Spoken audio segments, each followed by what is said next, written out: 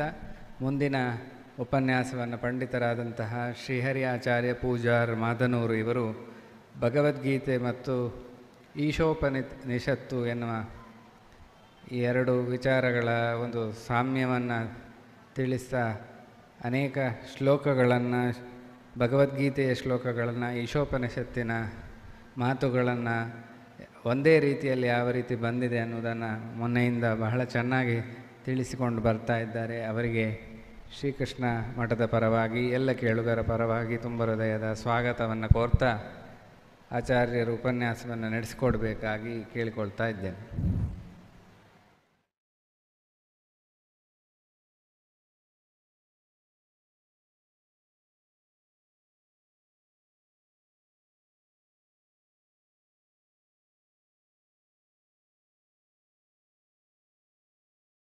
ರಮ್ಯಂ ದಾಮದಧನ್ಮಹೇಶರಜತಗ್ರಾಮಶ್ರೀಯೋಲಂಕೃತಿಃ ಕರ್ಮಂದೀಶ್ವರಭಕ್ತಿಬಂಧನವಶಃ ಪ್ರೀತೋಸ್ತು ಕೃಷ್ಣಪ್ರಭುಃ ಸ್ವಾಂತಸ್ಥಾನಂತಶಯ್ಯಾಯ ಪೂರ್ಣಜ್ಞಾನರಸಾರ್ಣಸೇ ಉತ್ತುಂಗವಾಕ್ತರಂಗಾಯ ಮಧ್ವದುಗ್ಧಾಬ್ಧಯೇ ನಮಃ.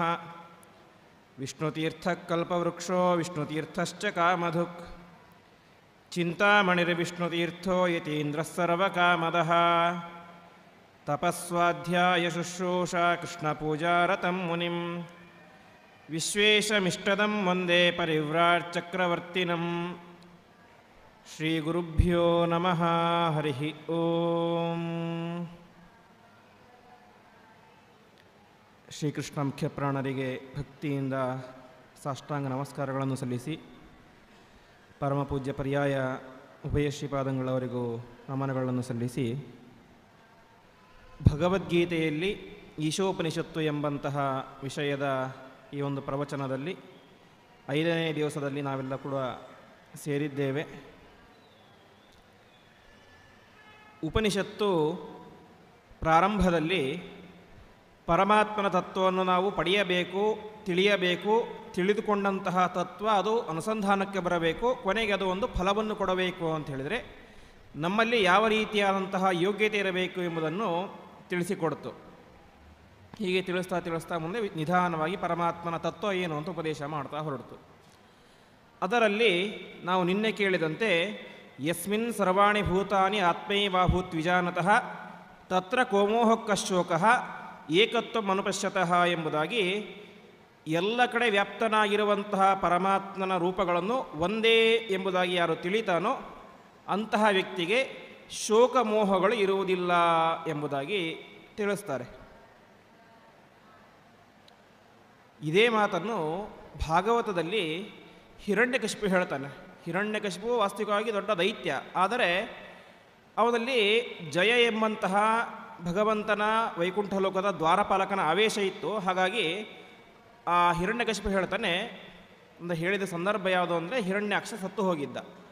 ಹಿರಣ್ಯಾಕ್ಷ ಅವನನ್ನು ವರಾಹರೂಪಿಯಾದಂತಹ ಪರಮಾತ್ಮ ಸಂಹಾರ ಮಾಡಿ ಹಾಕಿದ್ದ. ಸಂಹಾರ ಮಾಡಿದಾಗ ಈ ಹಿರಣ್ಯಾಕ್ಷನ ಹೆಂಡತಿ ಮಕ್ಕಳು ಎಲ್ಲರೂ ಕೂಡ ಜೋರಾಗಿ ಅಳ್ಳಿಕೆ ಶುರು ಮಾಡ್ತಾರೆ ಅಂತೆ. ಆವಾಗ ಹಿರಣ್ಯಕಶಿಪುವಿನ ಒಳಗಡೆ ಇದ್ದಂಥ ಯಾವ ಜಯ ಅವನು ಜಾಗೃತನಾಗಿ ಒಂದು ಮಾತು ಹೇಳ್ತಾನೆ, ನೀವೆಲ್ಲ ಯಾಕೆ ಅಳ್ತಾ ಇದ್ದೀರಿ ಅಂತ. ಅವ್ರು ಹೇಳ್ತಾರೆ, ಇಲ್ಲ ನಮ್ಮ ಗಂಡ ಸತ್ತು ಹೋಗಿದ್ದಾನೆ, ನಮ್ಮ ಅಪ್ಪ ಸತ್ತು ಹೋಗಿದ್ದಾನೆ ಅಂತ ಹೆಂಡತಿ ಮಕ್ಕಳೆಲ್ಲ ಕೂಡ ಹೇಳ್ತಾ ಹೋಗ್ತಾರೆ. ಸಾಯುವುದು, ಹುಟ್ಟುವುದು ಅದು ಪ್ರತಿಯೊಬ್ಬ ಜೀವನ ಧರ್ಮ. ಒಬ್ಬ ವ್ಯಕ್ತಿ ಹುಟ್ಟಿದ್ದಾನೆ ಅಂತ ಹೇಳಿ ಅವನು ಹುಟ್ಟುವುದೇ ಸಾಯೋದಕ್ಕೆ, ಯಾಕೆಂದರೆ ಸಾವು ಎಂಬುದು ನಿಶ್ಚಿತ. ಆದರೆ ಸತ್ತ ಮೇಲೆ ಹುಟ್ಟು ನಿಶ್ಚಿತ ಅಂತಿಲ್ಲ, ಯಾಕಂದರೆ ಅವನು ಮೋಕ್ಷಕ್ಕೆ ಹೋಗ್ಬೋದು ಅಥವಾ ಅನಂತ ತಮಸ್ಸಿಗೆ ಹೋಗ್ಬೋದು. ಆದರೆ ಒಬ್ಬ ವ್ಯಕ್ತಿ ಹುಟ್ಟಿದ ಅಂತ ಹೇಳಿದ್ರೆ ಅವನು ಸಾಯೋದು ನಿಶ್ಚಿತ. ಹಾಗಾಗಿ ಒಂದಲ್ಲ ಒಂದು ದಿನ ಪ್ರತಿಯೊಬ್ಬರೂ ಸಾಯಲೇಬೇಕು. ನಾಳೆ ನಾನು ಸಾಯ್ತೀನಿ, ನಾಡಿದ್ದು ಇನ್ನೊಬ್ಬರು ಸಾಯ್ತಾರೆ. ಹಾಗಾಗಿ ಹುಟ್ಟಿದ ಪ್ರತಿಯೊಬ್ಬರಿಗೂ ಕೂಡ ಸಾವು ಎಂಬುದು ನಿಶ್ಚಿತ. ಈಗ ನೀವು ಜೋರಾಗಿ ಅಳ್ತಾ ಇದ್ದೀರಿ ಅಂದ ತಕ್ಷಣ ಸತ್ತಂತಹ ಹಿರಣ್ಯಾಕ್ಷ ವಾಪಸ್ ಹುಟ್ಟಿ ಬರ್ತಾನ? ಹುಟ್ಟಿ ಬರೋದಿಲ್ಲ. ಅಥವಾ ನಾಳೆ ನೀವು ಸಾಯೋದಿಲ್ವಾ? ನೀವು ಸಾಯ್ತೀರಿ. ಹಾಗಾಗಿ ಹುಟ್ಟಿದಂತಹ ಪ್ರತಿಯೊಬ್ಬರೂ ಕೂಡ ಅವರು ಸಾಯೋದು ನಿಶ್ಚಿತ. ಹಾಗಾಗಿ ಇವತ್ತು ಹಿರಣ್ಯಾಕ್ಷ ಸತ್ತಿದ್ದಾನೆ, ನಾಳೆ ನಾನು ಸಾಯ್ತೀನಿ. ಹಾಗಾಗಿ ಅಳುವುದರಿಂದಾಗಿ ಯಾವುದೇ ರೀತಿಯಾದಂತಹ ಪ್ರಯೋಜನ ಇಲ್ಲ. ಹಾಗಾಗಿ ಯಾರು ಅಳಬೇಡಿ ಅಂತ ಇಂತಹ ದಿವ್ಯವಾದಂತಹ ತತ್ವವನ್ನು ಹಿರಣ್ಯಕಶಿಪುವಿನಂತಹ ದೈತ್ಯ ಉಪದೇಶ ಮಾಡ್ತಾನೆ ಅಂತೆ. ಯಾಕೆಂದರೆ ಅವನಲ್ಲಿದ್ದಂತಹ ಮೂಲ ರೂಪ ಅದು ಜಯ ಎಂಬಂತಹ ದ್ವಾರಪಾಲಕ ರೂಪ, ಅದು ಕೆಲವೊಮ್ಮೆ ಜಾಗೃತವಾಗ್ತಾ ಇತ್ತು. ಹಾಗಾಗಿ ವಿಷ್ಣುವಿನ ದ್ವಾರಪಾಲಕ ಅಂಥೇಳಿ ಒಳ್ಳೆಯ ಅಪರೋಕ್ಷ ಜ್ಞಾನಿಗಳೇ ಅಲ್ಲಿ ದ್ವಾರಪಾಲಕರಾಗಿ ನಿಂತಿರ್ತಾರೆ. ಹಾಗಾಗಿ ಅವರೆಲ್ಲರೂ ಕೂಡ ಏನಾಗಿದ್ದರು, ಏಕತ್ವ ಅನುಪಶ್ಯತಃ, ಪರಮಾತ್ಮನ ಪ್ರತಿಯೊಂದು ರೂಪದಲ್ಲಿಯೂ ಕೂಡ ಏಕತ್ವವನ್ನು ಕಂಡಿದ್ದರು. ಹಾಗಾಗಿ ಆ ಹಿರಣ್ಯಕಶಿಪು ದೈತ್ಯನಾಗಿದ್ದರೂ ಕೂಡ ಅವನು ಆ ರೀತಿಯಾಗಿ ತನ್ನ ಮನೆಯ ಮಂದಿಗೆ ಉಪದೇಶ ಮಾಡಿದ ಅನ್ನುವಂತಹ ವಿಚಾರ ಭಾಗವತದಲ್ಲಿ ಬರುತ್ತೆ. ಹೀಗೆ ಯಾರು ಏಕತ್ವವನ್ನು ನೋಡುತ್ತಾರೋ ಅವರಿಗೆ ಶೋಕಮೋಹಗಳು ಇರುವುದಿಲ್ಲ ಅಂತ ತಿಳಿಸಿದರು. ಪರಮಾತ್ಮನನ್ನು ಹೊಂದಿದರೆ ಶೋಕಮೋಹ ಯಾಕೆ ಇರುವುದಿಲ್ಲ ಅಂತ ಪ್ರಶ್ನೆ ಬರುತ್ತೆ. ಅದಕ್ಕೆ ಮುಂದೆ ಉಪನಿಷತ್ತು ಹೇಳ್ತಾ ಹೋಗ್ತುತ್ತೆ. ಸಪರ್ಯಗಾಚುಕ್ರಮಕಾಯ ಮೌರಣಂ ಅಸ್ನಾವಿರಂ ಶುದ್ಧಮಪಾಪವಿದ್ಧಂ ಕವಿರ್ಮನೀಷಿ ಪರಿಭೂ ಸ್ವಯಂಭೂ ಯಾತಾ ತಥ್ಯತೋರ್ತಾನ್ ವ್ಯದಧಾತ್ ಶಾಶ್ವತೀಭ್ಯ ಸಮಾಭ್ಯ. ಯಾಕೆ ನಮಗೆ ದುಃಖ ಮೋಹ ಎಲ್ಲವೂ ಕೂಡ ಕಡಿಮೆ ಆಗುತ್ತೆ ಅಂತ ಹೇಳಿದರೆ, ನಾವು ಅಂತಹ ಪರಮಾತ್ಮನನ್ನು ಹೋಗಿ ಸೇರಿದ್ದೇವೆ ಅಂತ. ಉದಾಹರಣೆಗೆ, ಒಬ್ಬ ವ್ಯಕ್ತಿ ನಮಗೆ 500 ರೂಪಾಯಿ ಕೊಡಬೇಕು ಅಂತ ಹೇಳಿದರೆ ಮೊದಲು ಏನಿರಬೇಕು, ಅವನ ಹತ್ರ 500 ರೂಪಾಯಿ ಇರಬೇಕು. ಅವನ ಹತ್ತಿರ 500 ರೂಪಾಯಿ ಇದ್ದಾಗ ಅವನು 500 ರೂಪಾಯಿ ಕೊಡ್ಲಿಕ್ಕೆ ಸಾಧ್ಯ. ಅವನ ಹತ್ತಿರನೇ ಇರೋದೇ 10 ರೂಪಾಯಿ ಅಂತ ಹೇಳಿದರೆ ಆವಾಗ ಅವನು ನಮಗೇನು ಕೊಡ್ಲಿಕ್ಕೆ ಸಾಧ್ಯ ಆಗೋದಿಲ್ಲ, 500 ರೂಪಾಯಿ ಕೊಡ್ಲಿಕ್ಕೆ ಸಾಧ್ಯ ಆಗೋದಿಲ್ಲ. ಹಾಗೆ ಪರಮಾತ್ಮನನ್ನು ನಾವು ಹೊಂದಿದಾಗ ನಮಗೆ ಬಂದಿರುವಂತಹ ಶೋಕ ದುಃಖ ಎಲ್ಲವೂ ಕೂಡ ನಿವಾರಣೆಯಾಗುತ್ತೆ, ದೂರ ಹೋಗುತ್ತೆ ಅಂತ ಹೇಳಿದರೆ ಮೊದಲು ಏನಾಗಿರಬೇಕು, ಪರಮಾತ್ಮನಿಗೆ ದುಃಖ ಇರಬಾರದು, ಅದೇ ರೀತಿಯಾಗಿ ಪರಮಾತ್ಮನಿಗೆ ಶೋಕ ಇರಬಾರದು. ಹಾಗಾಗಿ ಪರಮಾತ್ಮನ ಸ್ವರೂಪ ಏನಾಗಿದೆ, ಶೋಕರಹಿತವಾದಂತಹ, ದುಃಖರಹಿತವಾದಂತಹ, ಅಜ್ಞಾನರಹಿತವಾದಂತಹ ದಿವ್ಯವಾದಂತಹ ಸ್ವರೂಪ, ಅದು ಪರಮಾತ್ಮನ ಸ್ವರೂಪವಾಗಿದೆ. ಹಾಗಾಗಿ ನಾವು ಅಂತಹ ಪರಮಾತ್ಮನನ್ನು ಉಪಾಸನೆ ಮಾಡಿದರೆ ನಮಗೂ ಏನಾಗುತ್ತೆ, ಶೋಕ ದೂರ ಆಗುತ್ತೆ, ದುಃಖ ದೂರ ಆಗುತ್ತೆ, ಅಜ್ಞಾನ ದೂರ ಆಗುತ್ತೆ ಎಂಬುದಾಗಿ ಉಪನಿಷತ್ತು ಹೇಳ್ತಾ ಇದೆ. ಅಂತಹ ಪರಮಾತ್ಮ ಹೇಗಿದ್ದಾನೆ ಅಂತ ಹೇಳ್ತಾ ಇದೆ. ಸಪರ್ಯಗಾತ್ ಶುಕ್ರಂ ಎಂಬುದಾಗಿ ಹೇಳ್ತಾ ಇದೆ. ಪರಮಾತ್ಮ ಶುಕ್ರನಾಗಿದ್ದಾನೆ ಅಂತ. ಸಾಮಾನ್ಯವಾಗಿ ಶುಕ್ರ ಅಂತ ಹೇಳಿದರೆ ಸ್ವಚ್ಛವಾದದ್ದು ಅಥವಾ ಒಳ್ಳೆ ಬಲಿಷ್ಠವಾದದ್ದು ಅಂತ ಶುಕ್ರ ಶಬ್ದಕ್ಕೆ ಅರ್ಥ. ಆದರೆ ಇಲ್ಲಿ ಇರುವಂತಹ ಶುಕ್ರ ಶಬ್ದಕ್ಕೆ ಅರ್ಥ ಏನು ಅಂತ ವರಾಹ ಪುರಾಣದಲ್ಲಿ ಈ ಉಪನಿಷತ್ತನ್ನು ವ್ಯಾಖ್ಯಾನ ಮಾಡ್ತಾ ವೇದವ್ಯಾಸ ದೇವರು ಹೇಳ್ತಾರೆ. ಅಲ್ಲಿ ಬಂದಂತಹ ವಿಚಾರವನ್ನು ಮಧ್ವಾಚಾರ್ಯರು ತಾವು ಸಂಗ್ರಹ ಮಾಡಿ ಭಾಷ್ಯದಲ್ಲಿ ಹೇಳಿದ್ದಾರೆ. ಶುಕ್ರಂ ತತ್ ಶೋಕರಾಹಿತ್ಯಾತ್, ಅಂದರೆ ಪರಮಾತ್ಮನಿಗೆ ಏನಿಲ್ಲ, ಶೋಕ ಎಂಬುದು ಇಲ್ಲ. ಶುಕ ಅಂತ ಹೇಳಿದ್ರೆ ಶೋಕ ಅಂತ. ಯಾರಿಗೆ ಶೋಕ ರ ಅಂತ ಹೇಳಿದ್ರೆ ರಾಹಿತ್ಯ. ಯಾರಲ್ಲಿ ಶುಕು ಎಂಬುದು ಇಲ್ಲವೋ, ಶೋಕ ಎಂಬುದು ಇಲ್ಲವೋ ಅವನು ಶುಕ್ರ ಅಂತ ಕರೆಸ್ಕೊಳ್ತಾನೆ ಅಂತ. ಹಾಗಾಗಿ ನಾವು ಪರಮಾತ್ಮನನ್ನು ಶುಕ್ರ ಅಂತ ಉಪಾಸನೆ ಮಾಡಿದರೆ ನಮಗೇನಾಗುತ್ತೆ, ನಮಗೆ ಬಂದಂತಹ ದುಃಖ ಎಂಬುದು ಪರಿಹಾರ ಆಗುತ್ತೆ ಎಂಬುದಾಗಿ ಹೇಳ್ತಾ ಇದ್ದಾರೆ. ಇದನ್ನೇ ಗೀತೆಯಲ್ಲಿ ಹೇಳ್ತಾನೆ ಪರಮಾತ್ಮ. ಅಹಂ ತ್ವಾಂ ಸರ್ವಪಾಪೇಭ್ಯ ಮೋಚಯಿಷ್ಯಾಮಿ ಮಾ ಶುಚಃ ಅಂತ ಅರ್ಜುನನಿಗೆ ಒಂದು ಮಾತು ಹೇಳ್ತಾನೆ. ಅರ್ಜುನ, ನೀನೇನು ಹೆದರಬೇಡ, ನಿನ್ನ ಎಲ್ಲ ವಿಧವಾದಂತಹ ಪಾಪಗಳನ್ನು ಕೂಡ ನಾನು ಪರಿಹಾರ ಮಾಡ್ತೇನೆ, ನೀನು ಶೋಕ ಪಡಬೇಡ ಎಂಬುದಾಗಿ ಹೇಳ್ತಾ ಇದ್ದಾನೆ. ಹಿಂದೆ ಹೇಳಿದಂತೆ ಒಬ್ಬ ವ್ಯಕ್ತಿ ಇನ್ನೊಬ್ಬನಿಗೆ ಏನಾದರೂ ಎತ್ತಿ ಕೊಡಬೇಕು ಅಂತ ಹೇಳಿದರೆ ಮೊದಲು ಅದು ಅವನಲ್ಲಿ ಇರಬೇಕು. ಹಾಗಾಗಿ ಎಲ್ಲ ಪಾಪಗಳನ್ನು ನಾಶ ಮಾಡ್ತೇನೆ, ನೀನು ದುಃಖ ಪಡಬೇಡ ಅಂತ ಅರ್ಜುನನಿಗೆ ಪರಮಾತ್ಮ ಉಪದೇಶ ಮಾಡಬೇಕಾದರೆ ಮೊದಲು ಪರಮಾತ್ಮ ಏನಾಗಿರಬೇಕು, ಎಲ್ಲ ಪಾಪಗಳಿಂದಲೂ ರಹಿತನಾಗಿರಬೇಕು, ಎಲ್ಲ ವಿಧವಾದಂತಹ ಶೋಕಗಳಿಂದಲೂ ರಹಿತನಾಗಿರಬೇಕು. ಹಾಗಾಗಿ ಶುಕ್ರಂ ಎನ್ನುವಂತಹ ಉಪನಿಷತ್ತಲ್ಲಿ ಬರುವಂತಹ ವಾಣಿಯನ್ನು ಪರಮಾತ್ಮ ಗೀತೆಯಲ್ಲಿ ಹೇಳಿದ್ದು ಮಾ ಶುಚಃ. ಮುಂದೆ ಹೇಳ್ತಾನೆ ಶುಕ್ರಂ ಅಕಾಯಂ ಅಂತ. ಅಕಾಯಂ ಎನ್ನುವಂತಹ ಶಬ್ದಕ್ಕೆ ಅರ್ಥ ಅಕಾಯಂ ಲಿಂಗವರ್ಜನಾತ್ ಅಂತ. ಲಿಂಗವರ್ಜನಾತ್ ಅಂತ ಹೇಳಿದರೆ ನಮಗೆಲ್ಲರಿಗೂ ಕೂಡ ಅನಾದಿ ಕಾಲದಿಂದ ನಮ್ಮ ಜೊತೆಗೇ ಇರುವಂತಹ ಶರೀರ ಯಾವುದು ಅಂತ ಹೇಳಿದರೆ, ಈ ಶರೀರ ಬಂದಿರುವಂತಹ ಶರೀರ ಇವತ್ತಿರುತ್ತೆ, ನಾಳೆ ಹೋಗುತ್ತೆ, ನಾಡಿದ್ದು ಇನ್ಯಾವುದು ಶರೀರ ಬರುತ್ತೆ ನಾವು ಈ ಜನ್ಮ ಮುಗಿದ ಮೇಲೆ. ಆದರೆ ಯಾವ ಜನ್ಮ ಬಂದಾಗಲೂ ಕೂಡ ನಮ್ಮ ಜೊತೆಗೆ ಅನಾದಿಯಾಗಿರುವಂತಹ ಶರೀರ ಯಾವುದು ಅಂತ ಹೇಳಿದರೆ ಅದು ಲಿಂಗ ಶರೀರ ಅಂತ. ಲಿಂಗ ಶರೀರ ನಮ್ಮ ಜೊತೆಗೆ ಯಾವಾಗಲೂ ಇರುತ್ತೆ, ಅದು ಅನಾದಿ ಆದರೆ ನಿತ್ಯ ಅಲ್ಲ. ಅರ್ಥಾತ್ ಅದು ಯಾವಾಗಲೂ ಇರುತ್ತೆ, ಆದರೆ ಅದಕ್ಕೆ ನಾಶ ಇದೆ, ಅದಕ್ಕೆ ಆದಿ ಇಲ್ಲ ಆದರೆ ಅಂತ್ಯ ಇದೆ, ಅದಕ್ಕೆ ಸ್ಟಾರ್ಟಿಂಗ್ ಇಲ್ಲ ಆದರೆ ಕೊನೆ ಅಂತ ಇದೆ. ಸಾಮಾನ್ಯವಾಗಿ ಅನಾದಿಯಾಗಿರುವಂತಹ ವಸ್ತುಗಳು ಸಾಮಾನ್ಯವಾಗಿ ನಿತ್ಯವಾಗಿರ್ತವೆ. ಆದರೆ ಕೆಲವು ವಸ್ತುಗಳು ಹಾಗಲ್ಲ, ಅನಾದಿಯಾಗಿರುತ್ತೆ ಆದರೆ ನಿತ್ಯ ಆಗೋದಿಲ್ಲ, ಅದಕ್ಕೆ ಕೊನೆ ಅಂತ ಇರುತ್ತೆ. ಅದರಲ್ಲಿ ಒಂದು ಈ ಲಿಂಗದೇಹ. ಲಿಂಗದೇಹ ಅನಾದಿ ಹೌದು, ಆದರೆ ಅದಕ್ಕೇನಿಲ್ಲ, ಅದು ನಿತ್ಯ ಅಲ್ಲ, ಅದಕ್ಕೆ ಒಂದು ನಾಶ ಅಂತ ಇದೆ. ಆ ಲಿಂಗದೇಹ ಯಾರಿಗಿದೆ ಅಂತ ಹೇಳಿದ್ರೆ ಎಲ್ಲ ಜೀವಿಗಳಿಗೂ ಆ ಲಿಂಗದೇಹ ಎಂಬುದು ಇದೆ. ಆ ಲಿಂಗದೇಹದ ಭಂಗವಾದ ಮೇಲೇನೆ ಏನು ಸಾಧ್ಯ, ನಾವು ಮೋಕ್ಷವನ್ನು ಪಡೆಯಲಿಕ್ಕೆ ಸಾಧ್ಯ. ಉಪನಿಷತ್ತುಗಳಲ್ಲಿ ಪುರಾಣಗಳಲ್ಲಿ ಹೇಳುವಂತೆ ಯೋಗ್ಯನಾದಂತಹ ಜೀವಿ ಅವನು ಯಾವ ವಿರಜಾ ನದಿಯಲ್ಲಿ, ದೇವ ನದಿಯಲ್ಲಿ ಸ್ನಾನ ಮಾಡೋದರಿಂದಾಗಿ ತಮ್ಮ ಲಿಂಗದೇಹವನ್ನು ಬಿಡಿಸಿಕೊಂಡು ಅದರಿಂದಾಗಿ ಆ ವ್ಯಕ್ತಿ ಮುಂದೆ ಮೋಕ್ಷಕ್ಕೆ ಹೋಗ್ತಾನೆ ಎಂಬುದಾಗಿ ತಿಳಿಸ್ತಾರೆ. ಆದರೆ ಈ ಲಿಂಗದೇಹ ಯಾರಿಗೆ ಇಲ್ಲ, ಅದು ಪರಮಾತ್ಮನಿಗೆ ಲಿಂಗದೇಹ ಎಂಬುದು ಇಲ್ಲ. ಹಾಗಾಗಿ ಪರಮಾತ್ಮ ಏನಂತ ಕರೆಸ್ಕೊಳ್ತಾನೆ, ಅವನು ಅಕಾಯ ಅಂತ ಕರೆಸ್ಕೊಳ್ತಾನೆ ಎಂಬುದಾಗಿ ಹೇಳಿದರು. ಹೀಗೆ ಶುಕ್ರ ಮತ್ತು ಅಕಾಯ ಅಂತ ಪರಮಾತ್ಮನಿಗೆ ಹೆಸರು. ನೆಕ್ಸ್ಟು ಔವ್ರಣಂ ಅಂತ.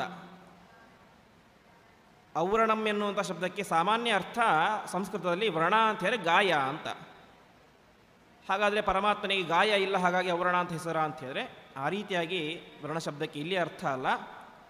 ಔವ್ರಣಂ ಅಂತ ಹೇಳಿದರೆ ನಿತ್ಯಪೂರ್ಣತಃ, ಔವ್ರಣಂ ನಿತ್ಯಪೂರ್ಣತಃ ಅಂತ ಪರಮಾತ್ಮ ಪರಿಪೂರ್ಣನಾಗಿದ್ದಾನೆ.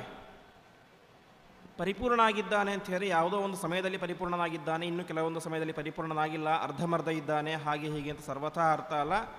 ನಾವು ಉಪನಿಷತ್ತಿನಲ್ಲಿ ಯಾವ ಶಾಂತಿ ಮಂತ್ರ ಕೇಳಿದೆವಲ್ಲ, ಪೂರ್ಣಮದಃ ಪೂರ್ಣಮಿದಂ ಪೂರ್ಣಾತ್ ಪೂರ್ಣ ಮುದಚ್ಯತೆ ಪೂರ್ಣಸ್ಯ ಪೂರ್ಣಂ ಆದಾಯ ಪೂರ್ಣಮೇವ ಅವಶಿಷ್ಯತೆ ಅಂತ ಪರಮಾತ್ಮನ ಪ್ರತಿಯೊಂದು ರೂಪಗಳು ಕೂಡ ಪರಿಪೂರ್ಣವಾದಂತಹ ರೂಪ.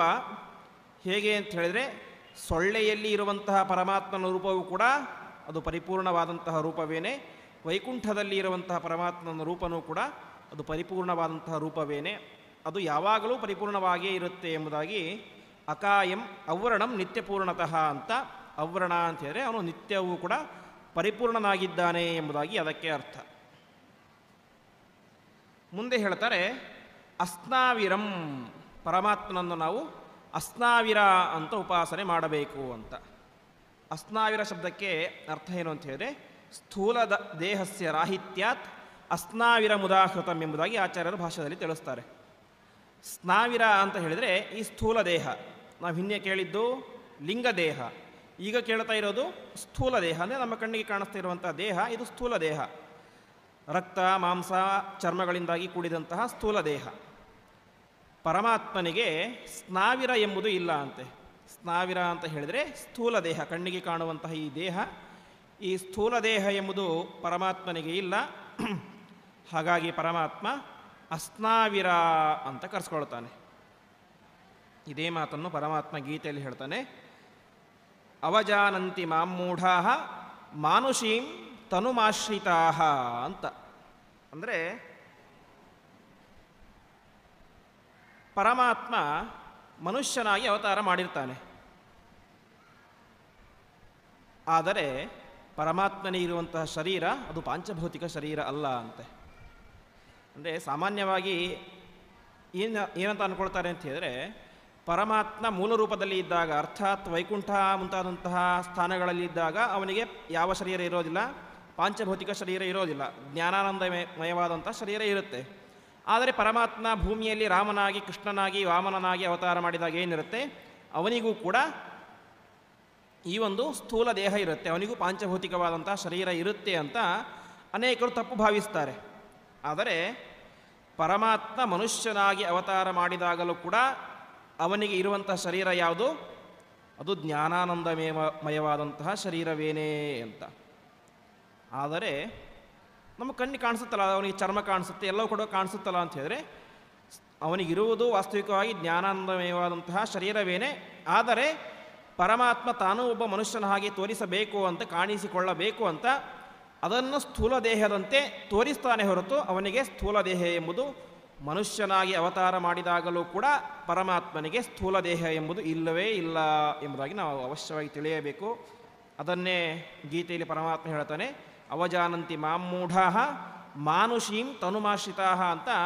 ನನಗೂ ಕೂಡ ಯಾರು ಮನುಷ್ಯ ಶರೀರದಂತೆ ಸಾಮಾನ್ಯವಾದಂತಹ ಪಾಂಚಭೌತಿಕವಾದಂಥ ಶರೀರ ಇದೆ ಅಂತ ಉಪಾಸನೆ ಮಾಡ್ತಾರೋ ಅವರು ಮೂಢಾಹ, ಅವರು ಮೂರ್ಖರು ಎಂಬುದಾಗಿ ಪರಮಾತ್ಮ ಗೀತೆಯಲ್ಲಿ ಹೇಳ್ತಾನೆ.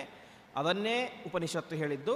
ಅವನು ಅಸ್ನಾವಿರ, ಅವನಿಗೆ ಸ್ಥೂಲವಾದಂತಹ ದೇಹ ಎಂಬುದು ಇಲ್ಲ, ಪಾಂಚಭೌತಿಕವಾದಂತಹ ಶರೀರ ಇಲ್ಲ ಅಂತ. ಮುಂದೆ ಹೇಳ್ತಾರೆ, ಅವನೇನಾಗಿದ್ದಾನೆ? ಶುದ್ಧಂ. ಶುದ್ಧಂ ಅಂತ ಹೇಳಿದರೆ ಪರಿಶುದ್ಧನಾದವನು, ಪಾವನನಾದವನು ಅಂತ. ಅದನ್ನೇ ಆಚಾರ್ಯರು ಹೇಳ್ತಾರೆ, ಪಾವನತ್ವ ಸದಾ ಶುದ್ಧಂ, ಅವನು ಅತ್ಯಂತ ಶುದ್ಧನಾದಂಥವನು ಅಂತ.